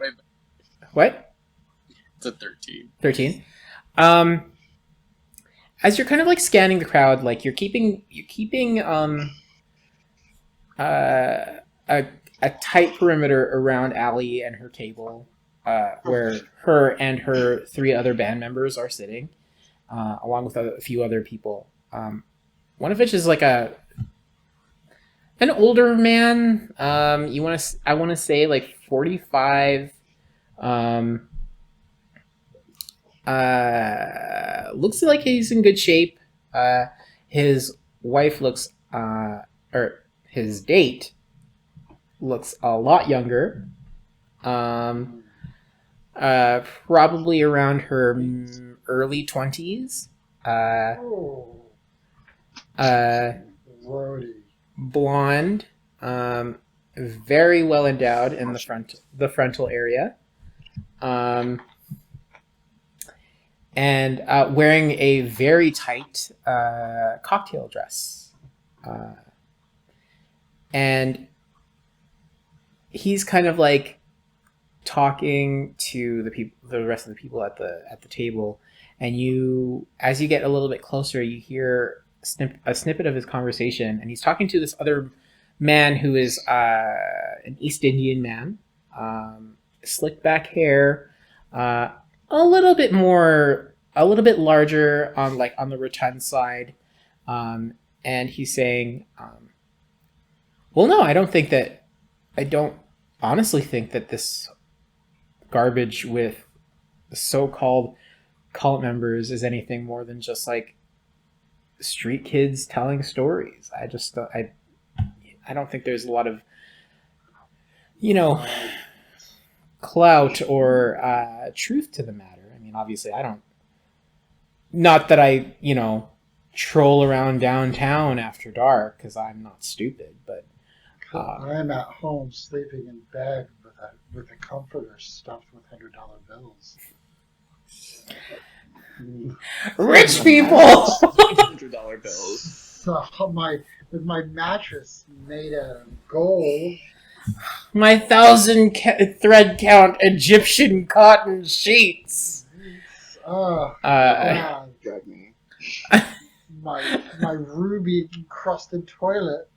Drag me. And the other man Like says, the day that shoots crystal. the other man says, "Oh, absolutely. I think this is just a sensationalized thing where the kids, like the younger kids of this new generation, they just don't want. They're trying to ward away gentrification, and they don't understand that gentrification is the way to go. How are we going to develop this? How are we going to develop this city into something more if we can't develop the Do I businesses hear- here. Do I hear this as Do well? I or hear just this? Both of you give me perception checks. Jesus. Ugh. Can Oh, I? that's Can good. I? That is a and just that is a like perception. You wide-eyed, say like, perception. So that is a 23, 26 for perception. Okay. Perception. I got a 19 on this coffee dice. 16? 16. Cassie, you don't hear it. I think so. From Okay, good. from how far away you are, you don't hear it. But Davis, you can hear it through Val's earpiece that's picking up the conversation. Yeah. So you hear like these like well-to-do men being like, "I feel perfectly I safe." know. I might buy another table that has drinks on it. Like Yeah. just a random table. No. Yeah. Cool. I will find the reddest red wine that is on the table and go, "Oh, I'm so sorry, miss. It looks like you're a little low. Can I fill that for you?" Who are you talking to? To one of the guests who has like a glass of wine. Oh, and she says, "Oh, of course. Thank you so much. Thank you very much." Red, correct? Yes, absolutely. Cabernet. Whatever stains more. Yes, the apothic, please. Perfect. I will be right back with another glass. Thank you so And I just much. take it from. And is it how full is the glass? It's like it's I want to say like 3/4, like not. It's about halfway. It's about halfway. Excellent. Excellent. I will walk casually over to where the conversation is, and I will feign. Before that happens, Val, Cassie, you both see Davis walking over to this table with a half-full glass of red wine with a very determined look on his face. Does anybody do anything to stop this? I'm trying to be casual, but I don't know. Nothing about you is casual. Nothing about me. No, I was about to say, I'm like, nothing about Davis is casual here. No, nothing. That depends. What complexion are the people that he is approaching? that- One of them is brown, Oh god. a East Indian man, and the other is white. White. So, like, are we talking like old rich white dude? Yeah, old rich white dude, but like definitely Was he the spray one that was doing tanned, all of the- Oh god. spray tanned, Oh. and like in a bad way. Perfect. Awesome. Donald Trump. Yeah. I'm glad somebody said it. Yes. Yeah. Awesome. That makes this even better. Yeah. What So is anybody going to try to intervene is he or? wearing? What is he wearing? He is wearing a very nice black tuxedo, double-breasted, white shirt underneath, a very nice Ralph Lauren pocket square. You kind of surmise that the whole thing is Ralph Lauren and very expensive. Oh, awesome. I don't think Val had the insight to realize. Actually, yeah. Both He's probably, Cassie, like, Val, the give Champagne me. Tower. Oh yeah, okay. Give me Like, both I of you. Give see me David insights. walking, and I'm like, oh, I wonder what he's doing. Both of you give me insight checks. Making my rounds. Having a beverage. Mega Boy. Blending in with the surroundings. That one I rolled good. I got a 15. Okay. I got a 25. Cassie, you kind of You know exactly. what's about to happen. Val, you kind of have notice that despite the casual look on his face, he has red wine in his hand and he's not really supposed to be drinking. Grape juice. It could be grape juice. All I brought some Concord grape juice with me. Some Welch's. Like, I'll just attempt to walk and meet him. Okay. Cassie, you doing anything? I am popping popcorn. No, I am. there's probably a popcorn maker there. What are you talking about? Like, Oh yeah, true.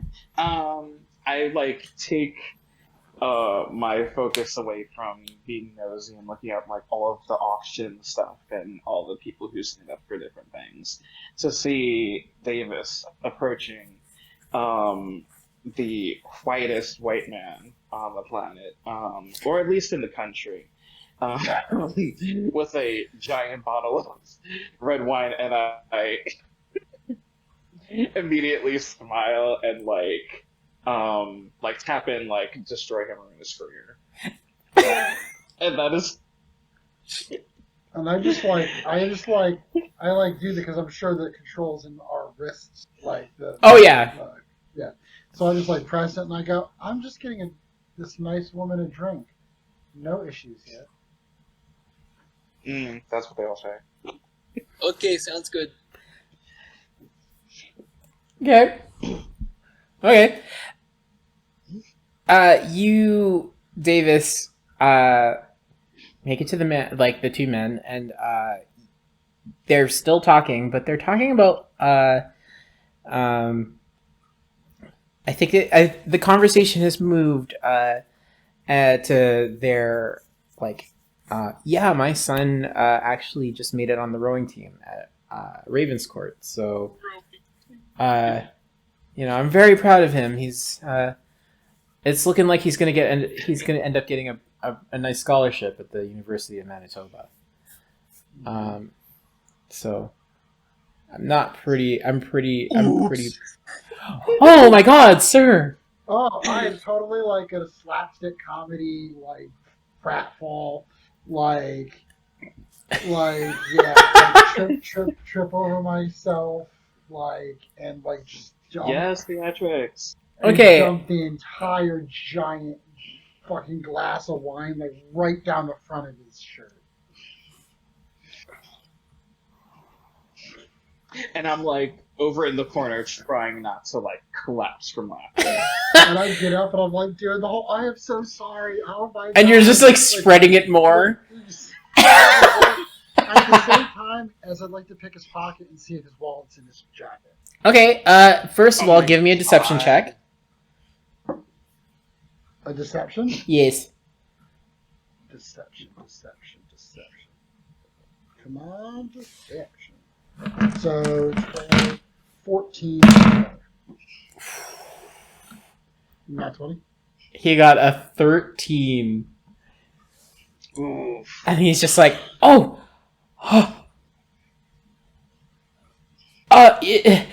And you can see his face starts getting like really, really red, but he doesn't want to make a scene in front of all of these people.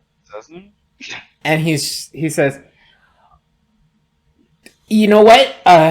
It's totally fine. It's totally fine. Does anybody have any club soda? Do we have some club soda? And he's like snapping his fingers to the wait staff, and he's like, "Excuse me." It just pisses me off. And I just go to all the people. If you see any wait staff heading his way, block them. And he's just like, "Excuse me. Does anybody have some club soda?" Do I see any wait staff? Yeah. There's a young Chinese girl who is holding who was holding a tray, but as soon as she put it down on like the edge, like the banquet tables that are like set up on the side, and she puts it down and she starts like moving towards the man with like a can of club soda. Well, I catch her and I tell her like in Mandarin, like, no, it's fine. And she's in Mandarin back. She's like, but that man, he It's okay. And I like take the can of club soda and I like drink it. It's... I didn't Angry water. Angry water. Even though I it's only- hate club soda. It is only good for mixers for cocktails. Okay. Cassie, give me Like a the- persuasion check, please. With advantage. Oh yes, yes. Oh god. Don't even. I swear to God.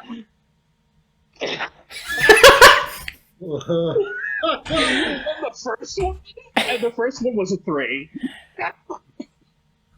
You know? So thanks for the advice. Okay. Yeah, I mean, the girl looks over at the man and then looks over at you, and she just kind of like, As I am chugging this can of club soda. and she's just like, okay, and then she turns back around, grabs her tray, and starts like moving around, like purposely staying away from that table. And I like shout to her in Mandarin, like, I don't even know what he did, but whatever happened, like he probably deserved this. And she yells back, she's like, oh, I know. he grabbed my leg at one point. And I just say like, "Tamada baigui," and I won't translate that. But yeah. And I can imagine the comments. In the Oh, comment yeah. section going, oh. she's like, she said that? It's not that bad. Jesus. I don't know, I probably guys. don't. I don't know Mandarin, so like, if anybody in the comment section wants to tell me what that was, let me know. I'll know tell you Mandarin. later.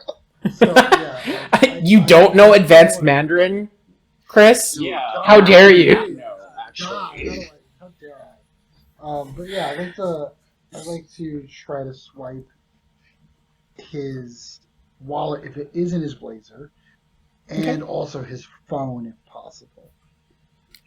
Give me a sleight of hand check. You can only reach for one thing right now. I'll take his phone. I could probably get to his bank through that. That is a 19. Jesus Christ. I swear to God. Sleight of hand plus 4. 22. Yeah, I mean, he had his phone in his like inner lapel, like. Is he one of those idiots who puts the password 1234? He looks old enough to do that. Absolutely. Oh yeah, I'll immediately just sorry. I'm gonna go. I take it in my put it in my pocket, and then I just go. You know what? I'm gonna go get some club soda and a towel. I'll be right back. And he I'm says, so sorry. "You know what? Thank you so much. Thank you so much." No, but I'll get you another beverage as well. I do apologize. I will let the concierge know that there's been an issue. Okay, thank you so much. And he's just like looking very pointedly at like the other man, and he's just like, you can see like a little bit of a twitch in his eye, and he's just kind of like, I walk away, take the phone out, like done jailbreak it, and like get into his main bank account. oh, well, you know what, give me just a, you know what, an intelligence check, please. That's correct. Nah. Intelligence, just with my intelligence modifier. Mm-hmm. 12. 12? Yeah, I mean, you can get to the app for his banking. Can I possibly make a phone call? Not on his phone, of course. Sure. I mean, if it's not on his phone, yeah. No, I call Tina. You call Tima, and again, it only takes like 2 rings, and she picks up and she says, Yes? What?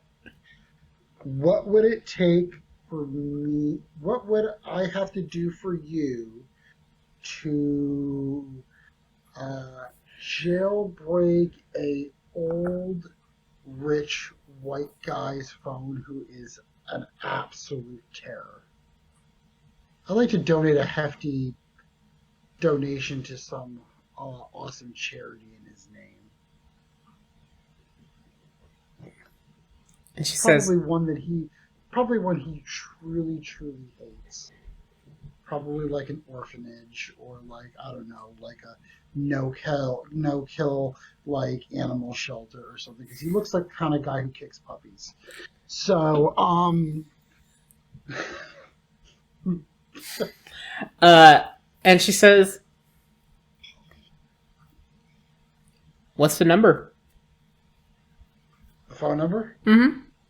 Oh yeah, okay, I'll go. I can do that. I think with my role, I don't know. Yeah. That's extremely I'll easy. direct her. Yeah, you give her the number, and she says, a bag of chips next time. Cool, I'll buy you a whole box. Sweet. She says, I'll have it done in an hour. Don't worry about it. Cool. Can you do I still need the phone, or can you remote in from? I can remote in. It's fine. Do you need the phone to be Unlocked. operational? It is unlocked. You need it to stay operational. Yes. Okay, cool. I go, all right, thank you so very much. I owe you, and I have a good night. I click it. I shutter the other phone, his phone, and I stick it in my inside of my pocket. Okay. And I text her and I go, hey, when it's done, just send me a text. My phone is on vibrate. And she said, you get a text message back saying, okay. And then everybody give me perception checks, please. That's not bad. 7? Just see Kevin. It's a 2. Close. So what? 3? 5 on the die. Ooh. 22. Oh, no. 25 altogether. 25. Okay. I got a dirty 20. Yeah. Okay. Surprisingly enough, everybody beat Malia, who is very perceptive. She just Not more than me. she may have not snuck a couple drinks. She is kind of, actually, yes. She is kind of drunk. Cassie, you kind of lost track of her after she made like her second round. Yeah, she's gotten a few sangrias in She's her. grown. She grown. It's fine. She's not officially a sanctioned whatever, so she can, Yeah, No, technically she is. she is. Technically she is. Uh, Oh God. but she is. She's not blasted, but she's getting there. Well, do I like encounter her at some point? No.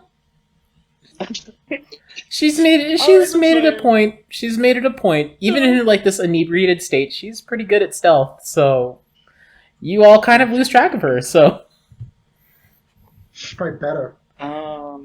She's probably Did I better. see Malia?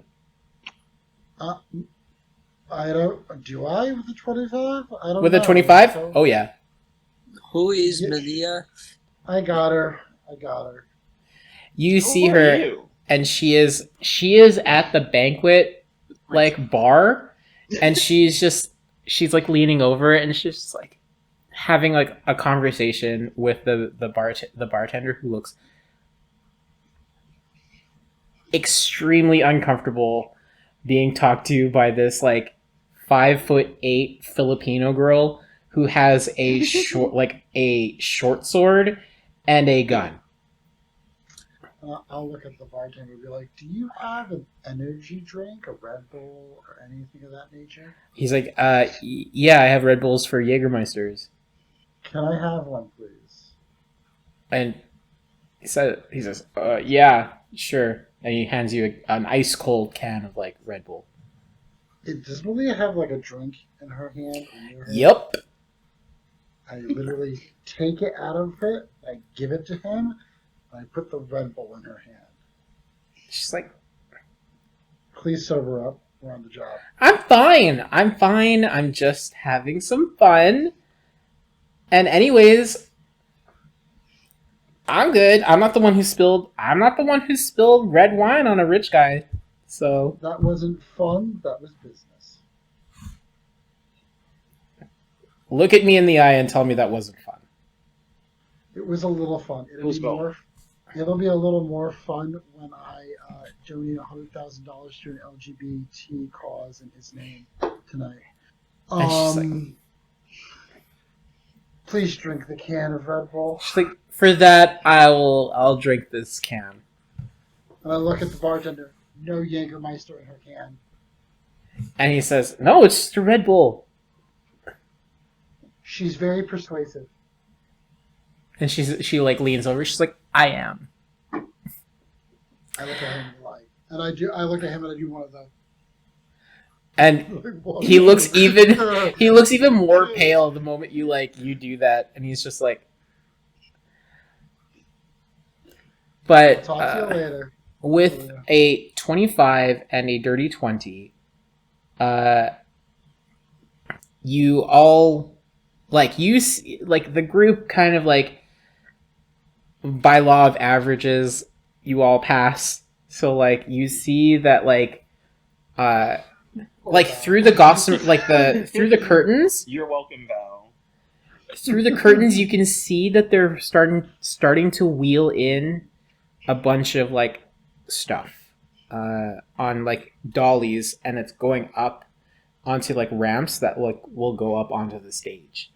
And then a man, a little bit like short, rotund, a little bit of a pot belly, balding, in a nice suit, a nice tuxedo.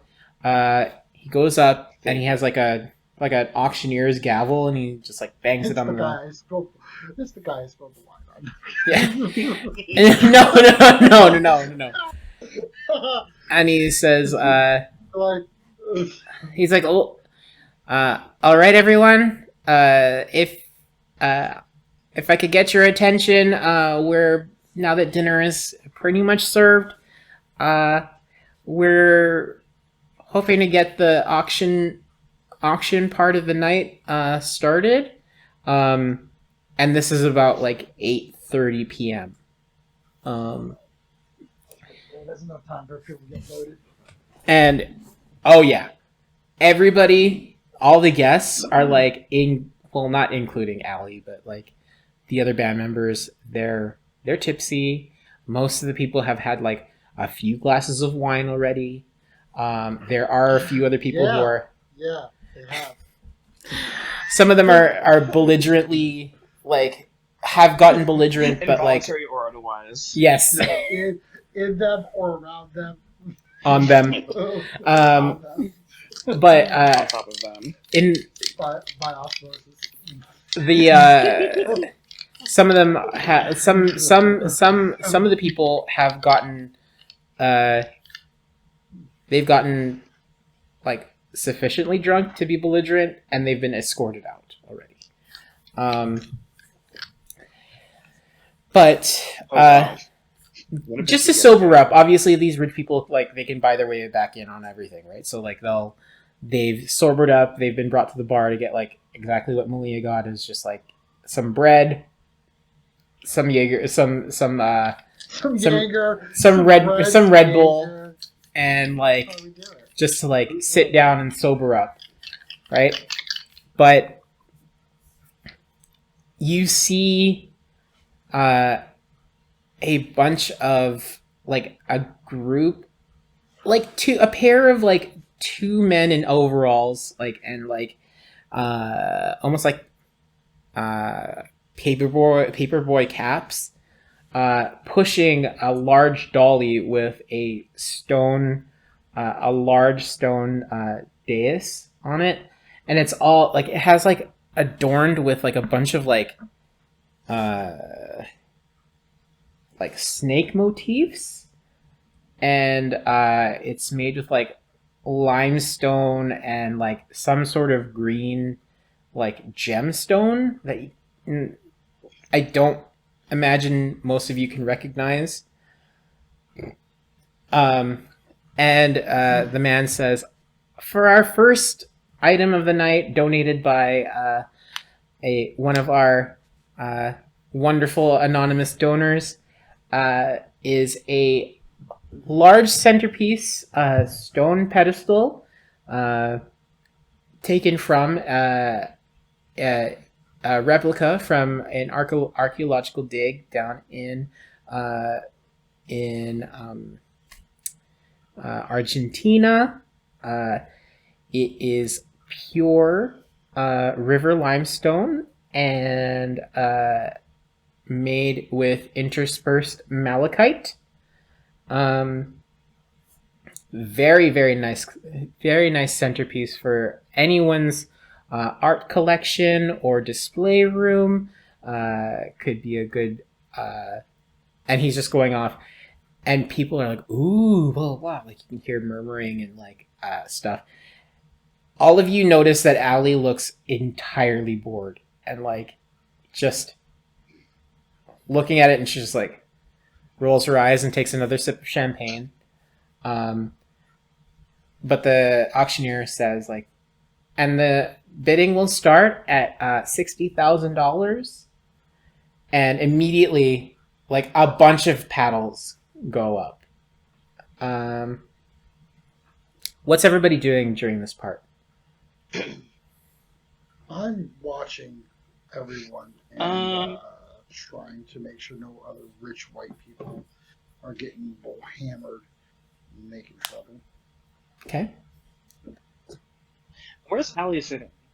Allie is sitting at one of the tables closer to the front. It's on the left side of the stage, like off to the left side of the stage. It's a fairly large round table, about like 12 feet around, or diameter. It's been a long day. It's about 12 feet in diameter, and it's about like 30 feet from the stage. Okay.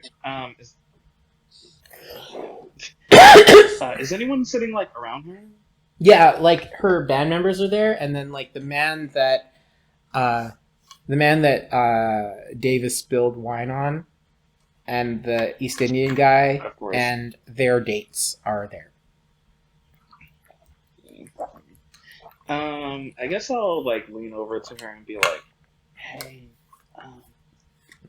can you like buy something for me?" Who are you telling this to? Allie. Oh. And she like looks up at you. She's like, "Girl, what?" Sorry. I should clarify. I'm a million.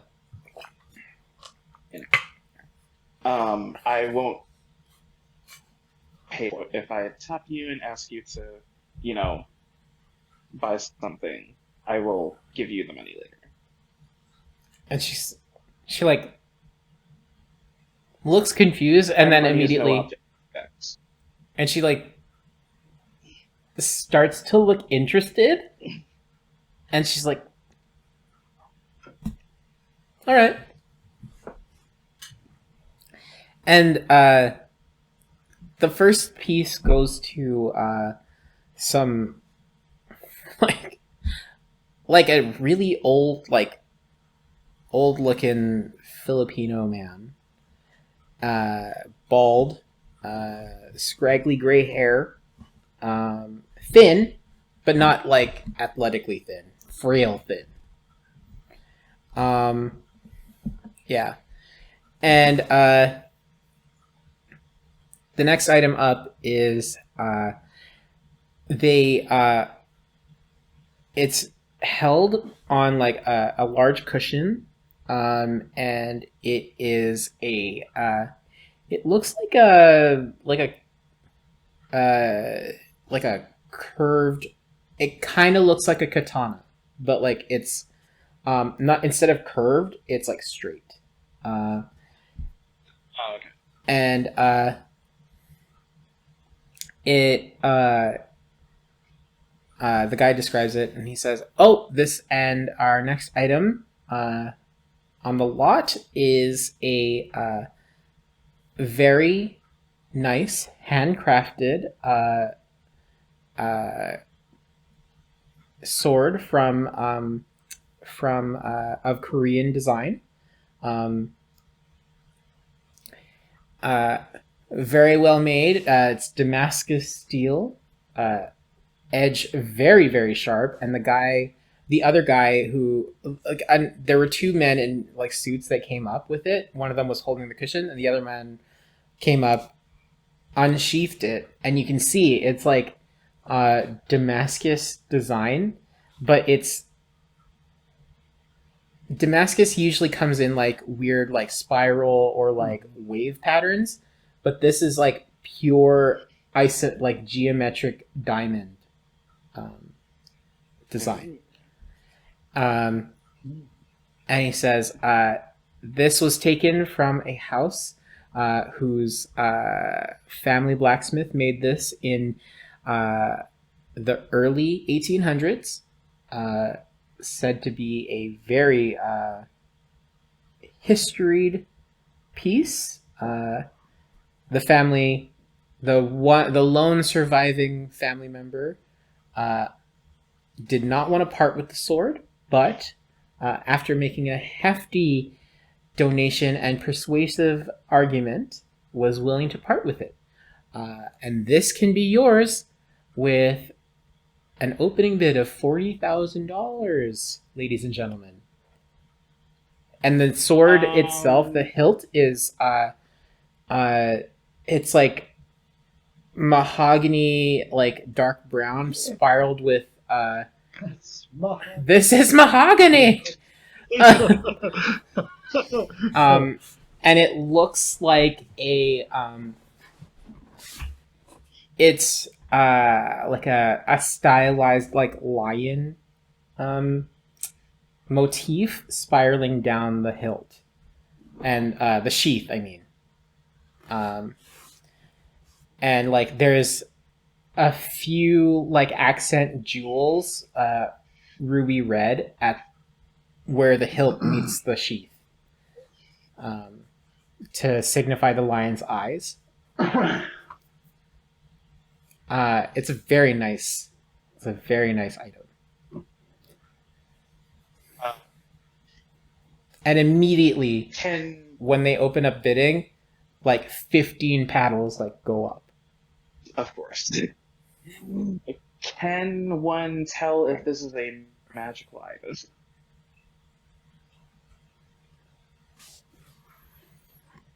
Do you have detect magic?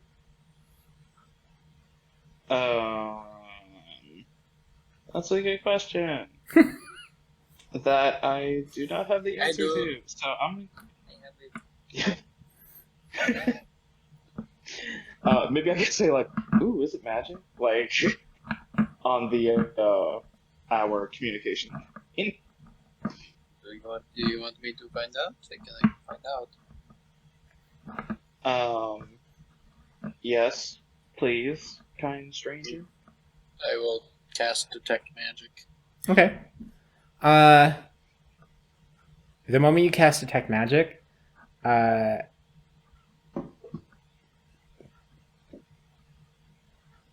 they're demonstrating how sharp the sword is right now. And while your detect magic is up, you get like a faint whiff of magic coming off of it. What kind? If I can ask. You know? I want to say, enchantment. I'll just say, it is a magical sword. If you're interested, has an enchantment on it. I can't tell what it is, but it's there. I mean, even if it wasn't enchanted, I would. And so I like lean forward to Allie, like, buy that. Okay. And she kind of like, and she immediately like, when the guy says 42,000, she puts up the paddle. And everyone is like, oh, she's actually going to buy something. And no one raises the paddle at her. Oh, wow. And she's like, and the guy's like going through the auctioneer thing because I can't talk that fast. But like, he's like, okay, going once. 42 large. And then it's like going once, going twice, going 3 times, sold to Miss Allie Donna for $42,000. And people are like, woo, yay, like, you know, like golf clapping.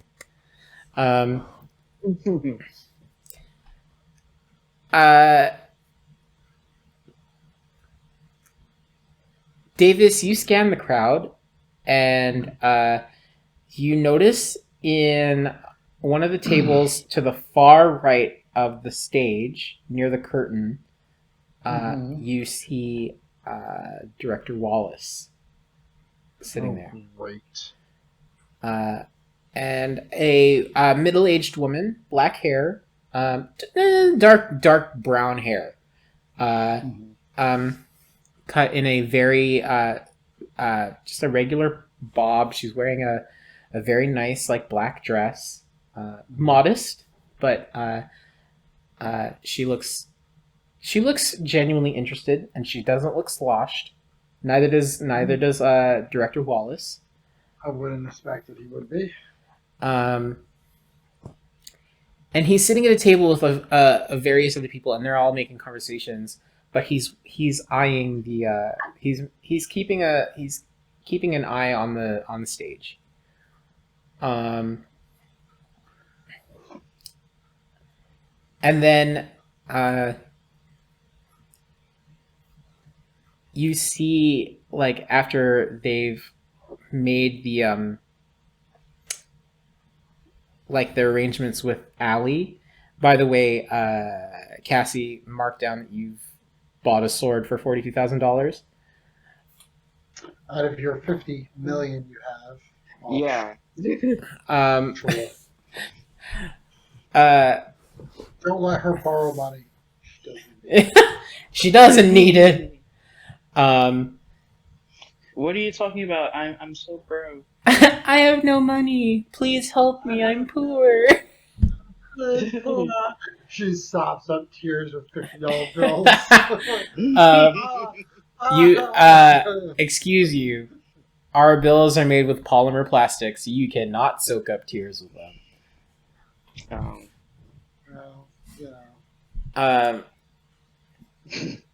I wipe my tears with like a Versace pocket square.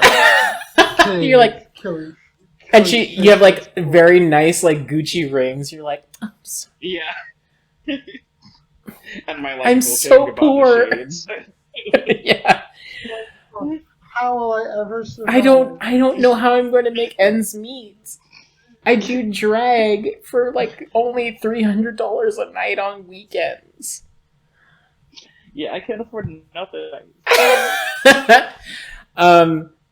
So a few other pieces go like Nothing of interest. nothing really of interest, just like weird art pieces, and then Omaha steaks.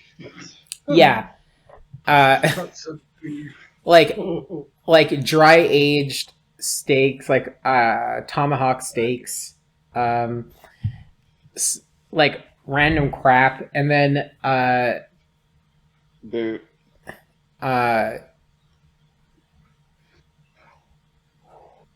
Val, your detect magic lasts for how long? 10 minutes? Let me look. Yes. 10 minutes? Right before they call out like one of the last few items of the night, you start feeling a huge wave of conjuration magic, and then they wheel out a painting about it's about 7 feet wide by about 10 feet tall. It's pretty big, and it depicts it kind of looks like a surrealist painting, and it has like weird lines and like slashes of like white and green and like dots of red, and you kind of like it's giving off a really unsettling vibe. And this painting is giving off the conjuration magic? Mm-hmm. Okay. I will say that into the headset. This painting is giving off conjuration magic, just so you guys are aware. Something may happen, something may not happen. I don't know. Okay, I'll keep my eyes open. Okay. Yeah. And I'm gonna kind should of. I like? I'm just gonna kind of step to the side of Allie that's closer to the stage. Okay. I'm just gonna hang there. Okay. And I'll just be like, do I buy it?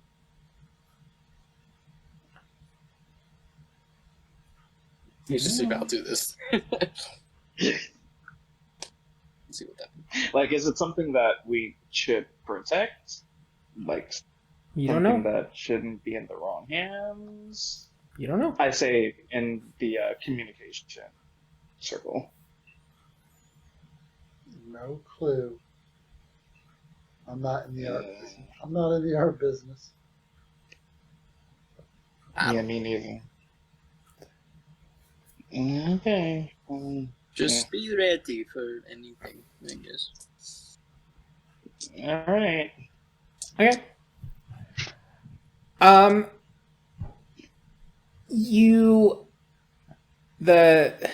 The auctioneer goes on and says, and this is a very stunning surrealist painting from one of our up and coming artists, a Jonathan Cherbinsky.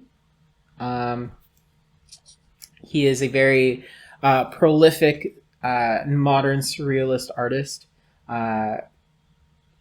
doing his master's in art in fine arts at the University of Manitoba. He is known for these types of paintings, known to give off a dread feeling, impacting the works and feelings that he sees in the air and feels in the overall aura of the city. Kind of, and people are like, "Ooh, yeah, like that." You know, like the people golf clapping are looking at it and like, sure, and like, but you know, like the guy is explaining it in a avant-garde like art history sort of like perspective, and they're just like, "Ooh, yeah, blah blah blah," and then they're like, "Bidding will start at $15,000." 15? Yeah. Yeah. And I was like, oh my god. no, 15, 1-5. And a few paddles go up, and they're like, "Oh, great, blah blah blah blah," and then he goes, and as more people like start bidding, it gets to about like the bidding increases in increments of $1,000 for this one, but it gets up to about $32,000 before people give up on it, and it goes Wow. to the only last person who it was a he looks thin, like a thin brown haired pale skinned man with like a kind of like a thin mustache. um he looked like he came here alone. He was sitting at a table like 50 feet away. Didn't look like he knew anyone, but he kind of looks like Gary Oldman in the Fifth Element, almost. Oh, what? Emmanuel. Yeah, like slimy, like kind of greasy. What was it? What was his full name? Oh, Emmanuel John Baptiste Zorg. I don't even remember. I just know that all I remember is that like nasty fucking hairstyle. Hair and like my favorite part of that is when he like just blows up the things. He just like comes out smoking the cigarette and like Yeah. Yep, that sounds about right. Yeah, and he wins the bid, $32,000, and they wheel it out for him to collect later, and the rest of the items are fairly innocuous. There was a dagger. It looks like an athame that looked very ornamental, but it was purchased for like $13,000 by like some like hoity-toity art collector. And then one more painting that wasn't giving off a weird vibe, but it was bought by the guy who Davis spilled wine on. He's gonna spend a lot of money now.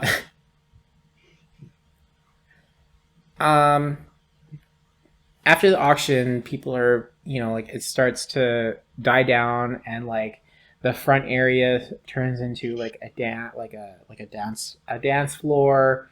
There is a 6-piece like orchestral band that is playing like very nice music, and like people are able to like wine and dine and mingle and like talk to each other. It's kind of like the social part of the night. And Allie is kind of just like walking around. Val, I'm assuming you're kind of shadowing her to make sure. You all kind of like do your rounds, and people are trying to talk to Allie and being like, oh, blah, blah, blah, like, congratulations on the bid for that sword. That looks very nice, blah, blah, blah, blah, blah. And she's like, oh, thank you so much. It was calling to me for some reason. I think I'm going to keep it in my collection for quite some time. I've been looking to buy a new house in my hometown, Orangeville. So I think that'll be a good addition to a centerpiece, probably. And she's like mingling with the best of these people who are like, oh, guys, he's a summer on the continent, blah blah blah, like, but Val, you notice a man, men, Not a man. You notice a man with a very neatly trimmed 5 o'clock shadow, like mid-length, salt and pepper black hair, olive toned skin, human. You notice, even though he's wearing a very nice suit, you catch a glimpse under the cuffs of his undershirt the beginnings of a tattoo on his left arm. It's like just peeking out to here. You can't really make it out, but he approaches Allie and he says, congratulations on that fine purchase, honestly. I was very impressed with your acumen, and bidding is like a battle, and obviously you won. And Allie looks at him.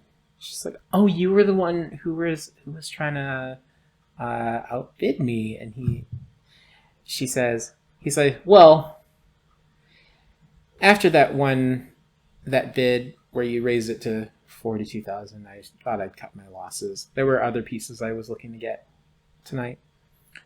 And she says, "Oh, okay. Well, like, do you mind me asking which other pieces you were looking for?" And she says, "Oh, the one of my associates purchased the stone pedestal." And she says, and he goes on. He says, "The one with the malachite, very beautiful piece. I think it'll go very nicely in my house, in my entrance hall." My murder room. And she says, "Oh," she's like, "Cool. You're gonna have like an Argentinian sacrifice pedestal in your main hall." And he says, Perfect for displaying separate heads. and he says, "Well," he's like, "what can I say? Taste. I like to show people I mean business." I don't have it.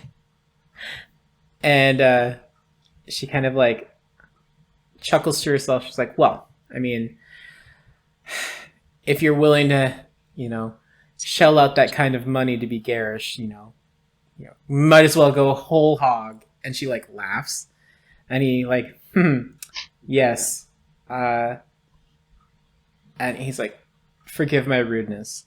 My name is Ashton Tenbrook."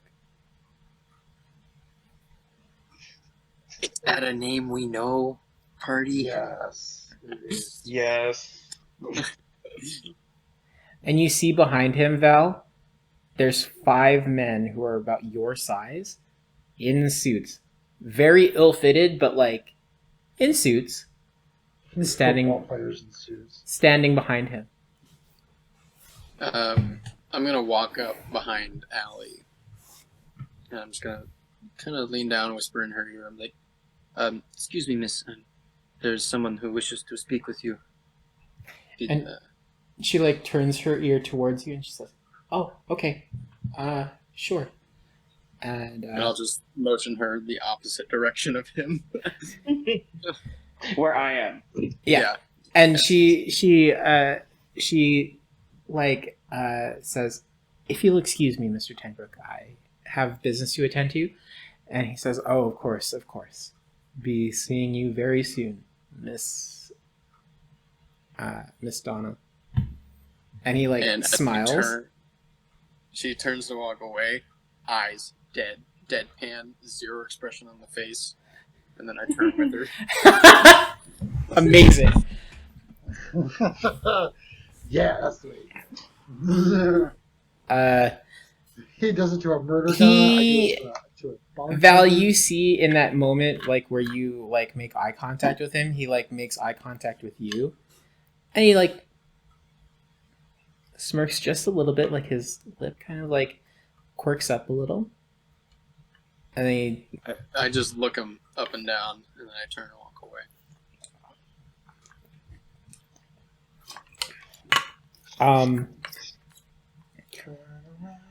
Davis, you No. you It's stuck in your hand. her earworm. Uh, Sitting tomorrow in the shower. Davis, what are you doing at this moment? I was literally watching the whole thing. I immediately. Well, I don't want to say that. Do I? I'm going to ask this. Do I see Ashton? You don't know what he looks like. You just saw. I thought. You just saw. You just saw Val whisper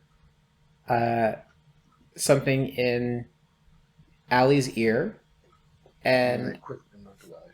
and moved away towards where Cassie and Malia are. I will radio into Val. Be like, is everything okay? You saw a. Just a man giving me weird vibes. The name of Ashton. Did you catch a last name? I did. I don't remember it. Tenbrook. Doesn't. Tenbrook. Tenbrook? Well. Is he a problem? I will Yes. message to Thrall. Hey, boss. We have Ashton Tenbrooks here, and he's making googly eyes at our client.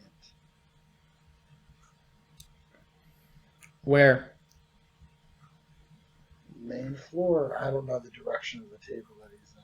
I'll give him the exact position. Okay. And you all look up, and Thrall is like,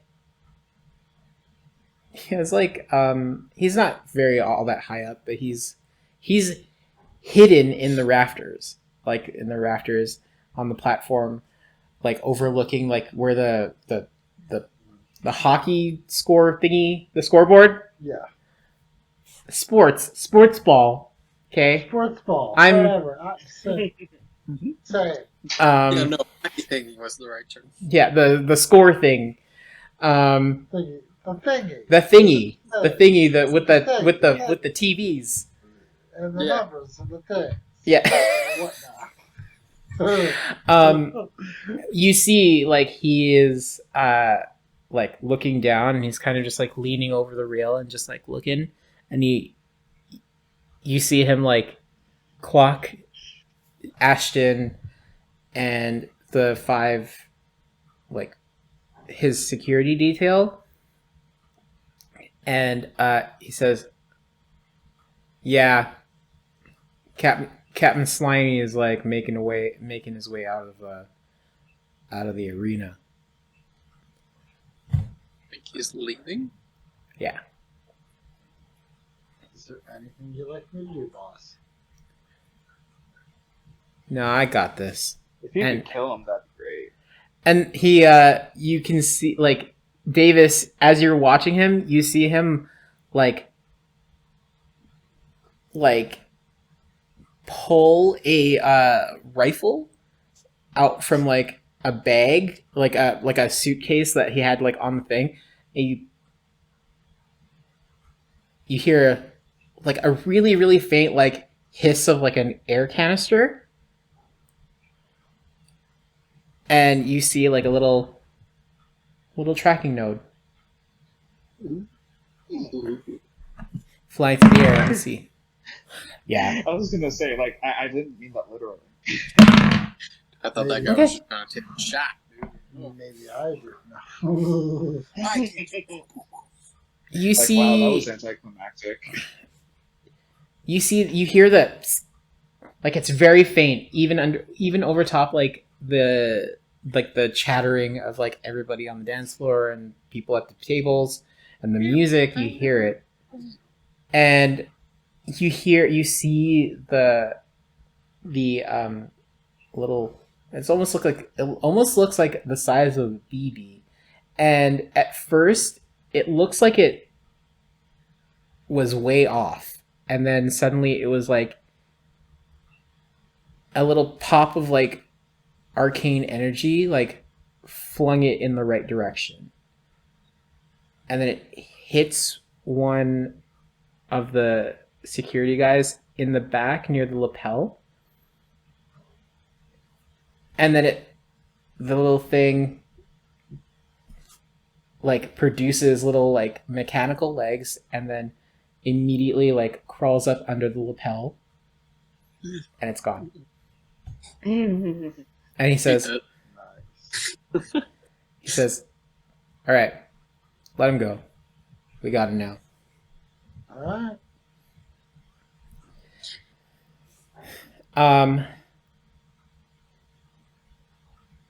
The night, like around 10, the night starts to wind down, and people are starting to leave and collect their, like the people who won the auctions, they're completing the payments, collecting their winning,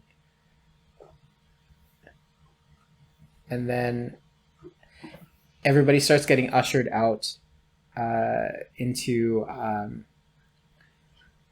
the main front courtyard,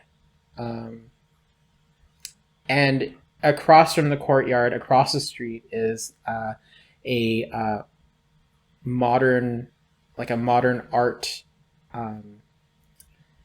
like it's like a courtyard where they put like modern art from like up and coming artists in the city.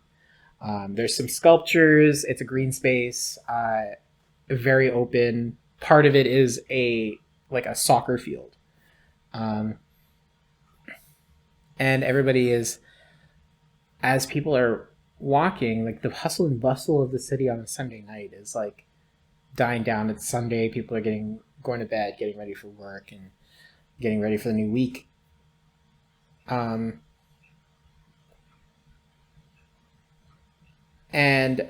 you see the lanky Gary Oldman looking dude is staring at the painting he won. Don't like it. No, sir. No, And sir, I don't like it. he's just like, beautiful. So beautiful.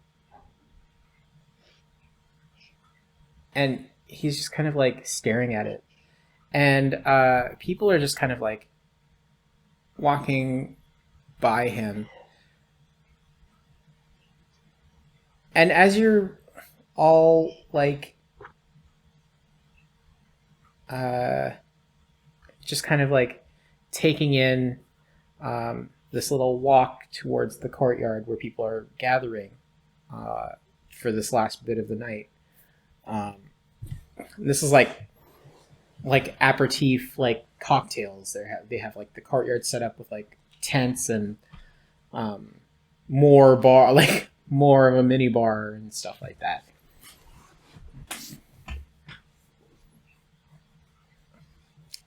And then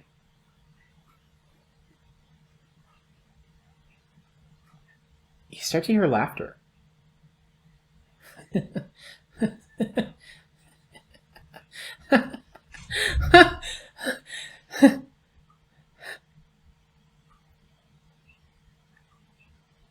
And Cassie, make me a perception check, please.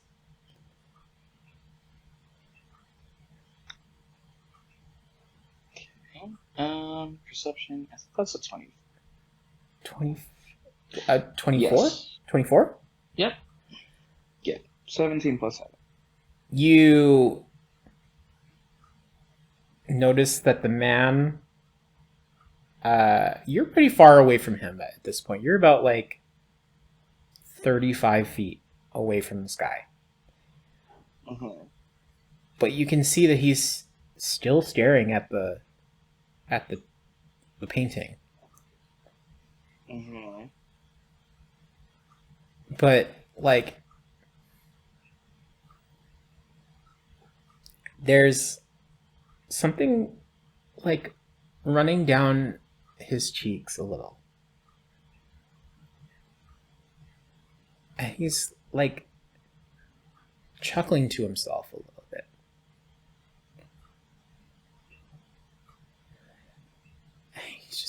He says, painting. It wants to be. They want to be free. They want to be free. They want to be free. They want to be free. And then he starts.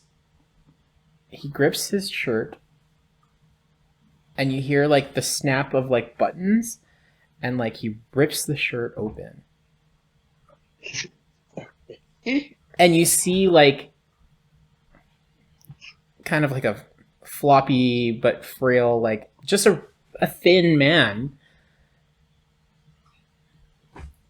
And then suddenly, I didn't know it was that kind of party. Val, give me an Arcana check, please. An Arcana check. 11. 11? Yeah, even with that, you're feeling some really heavy, what felt like conjuration is now transmutation magic. And then the man is like, they want to be free!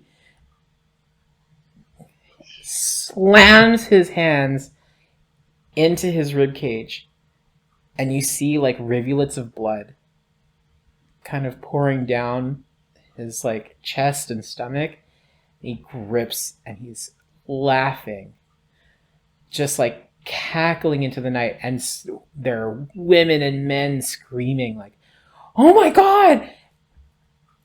You hear, Cassie, you hear ripping and tearing and just and breaking, and the man rips his torso in half. And he just says, free.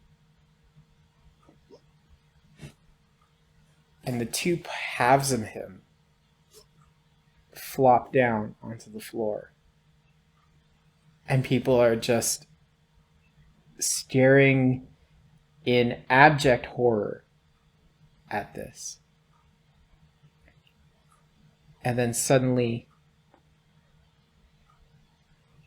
the arm of one half just shoots up and slams back down onto the ground. And the other one slams back out. And then another hand grows from that hand. And it starts changing and changing and bubbling and whirling and just breaking and reforming. One half of this man turns a sickly green, sprouts wings, sharp talons, razor sharp teeth, burning red eyes, pointed ears, kind of like fins, and it snarls in a language none of you can recognize.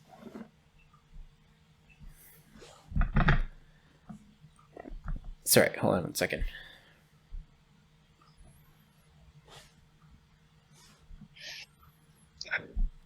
The other half of the man starts sprouting white, like spiny hairs. The arm that like is gripping and like crushing pieces of the cement underneath with how hard it's gripping starts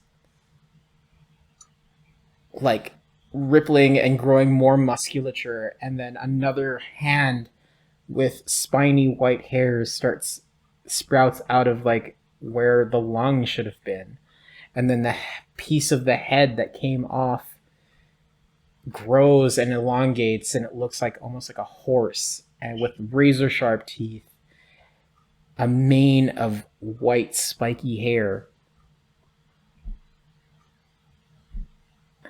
snarling, burning red eyes, a slithering lower body with what looks like forming red,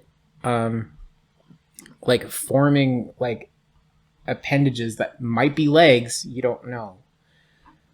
But suddenly, in this moment, the crowd loses their minds, and they all start screaming. It's a wave of screaming people running away from these two monsters that emerged from this man's body. The man ripped himself apart, and demons spilled forth. And that's where we'll end tonight. I knew that's what you were going to say. I knew that's what you were going to say. I knew it. I knew it. I'm too good. I got too good at knowing when somebody's going to stop. I'm so excited. And all I brought was a pistol. Nice. I went to this shitty At least Gala. I bought a sword. All I did was All I got was this sword.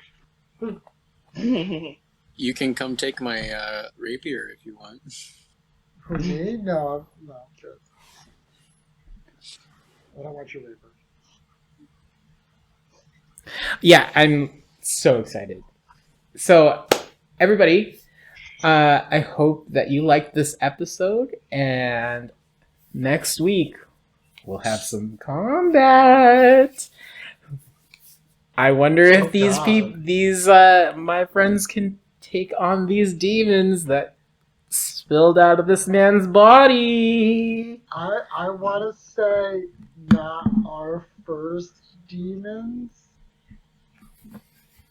Oh, definitely not. Yeah, no. Not our first demons. Not by a much. Val's first This should be demon. like a walk in the park. Oh yeah. I mean, you know, Val's first demons. We're gonna get you a Hopping T-shirt. is demon We're Charlie. gonna get you a T-shirt. This is Val's first demons. I love, but First demon. Kimbo's first demons. but that's been our episode for the night. I hope that you guys enjoyed it. If you liked it, hit that follow button. Think about supporting this channel so you see more of this story as it unfolds. And we'll see you next week. We love you all. Bye. What the fuck?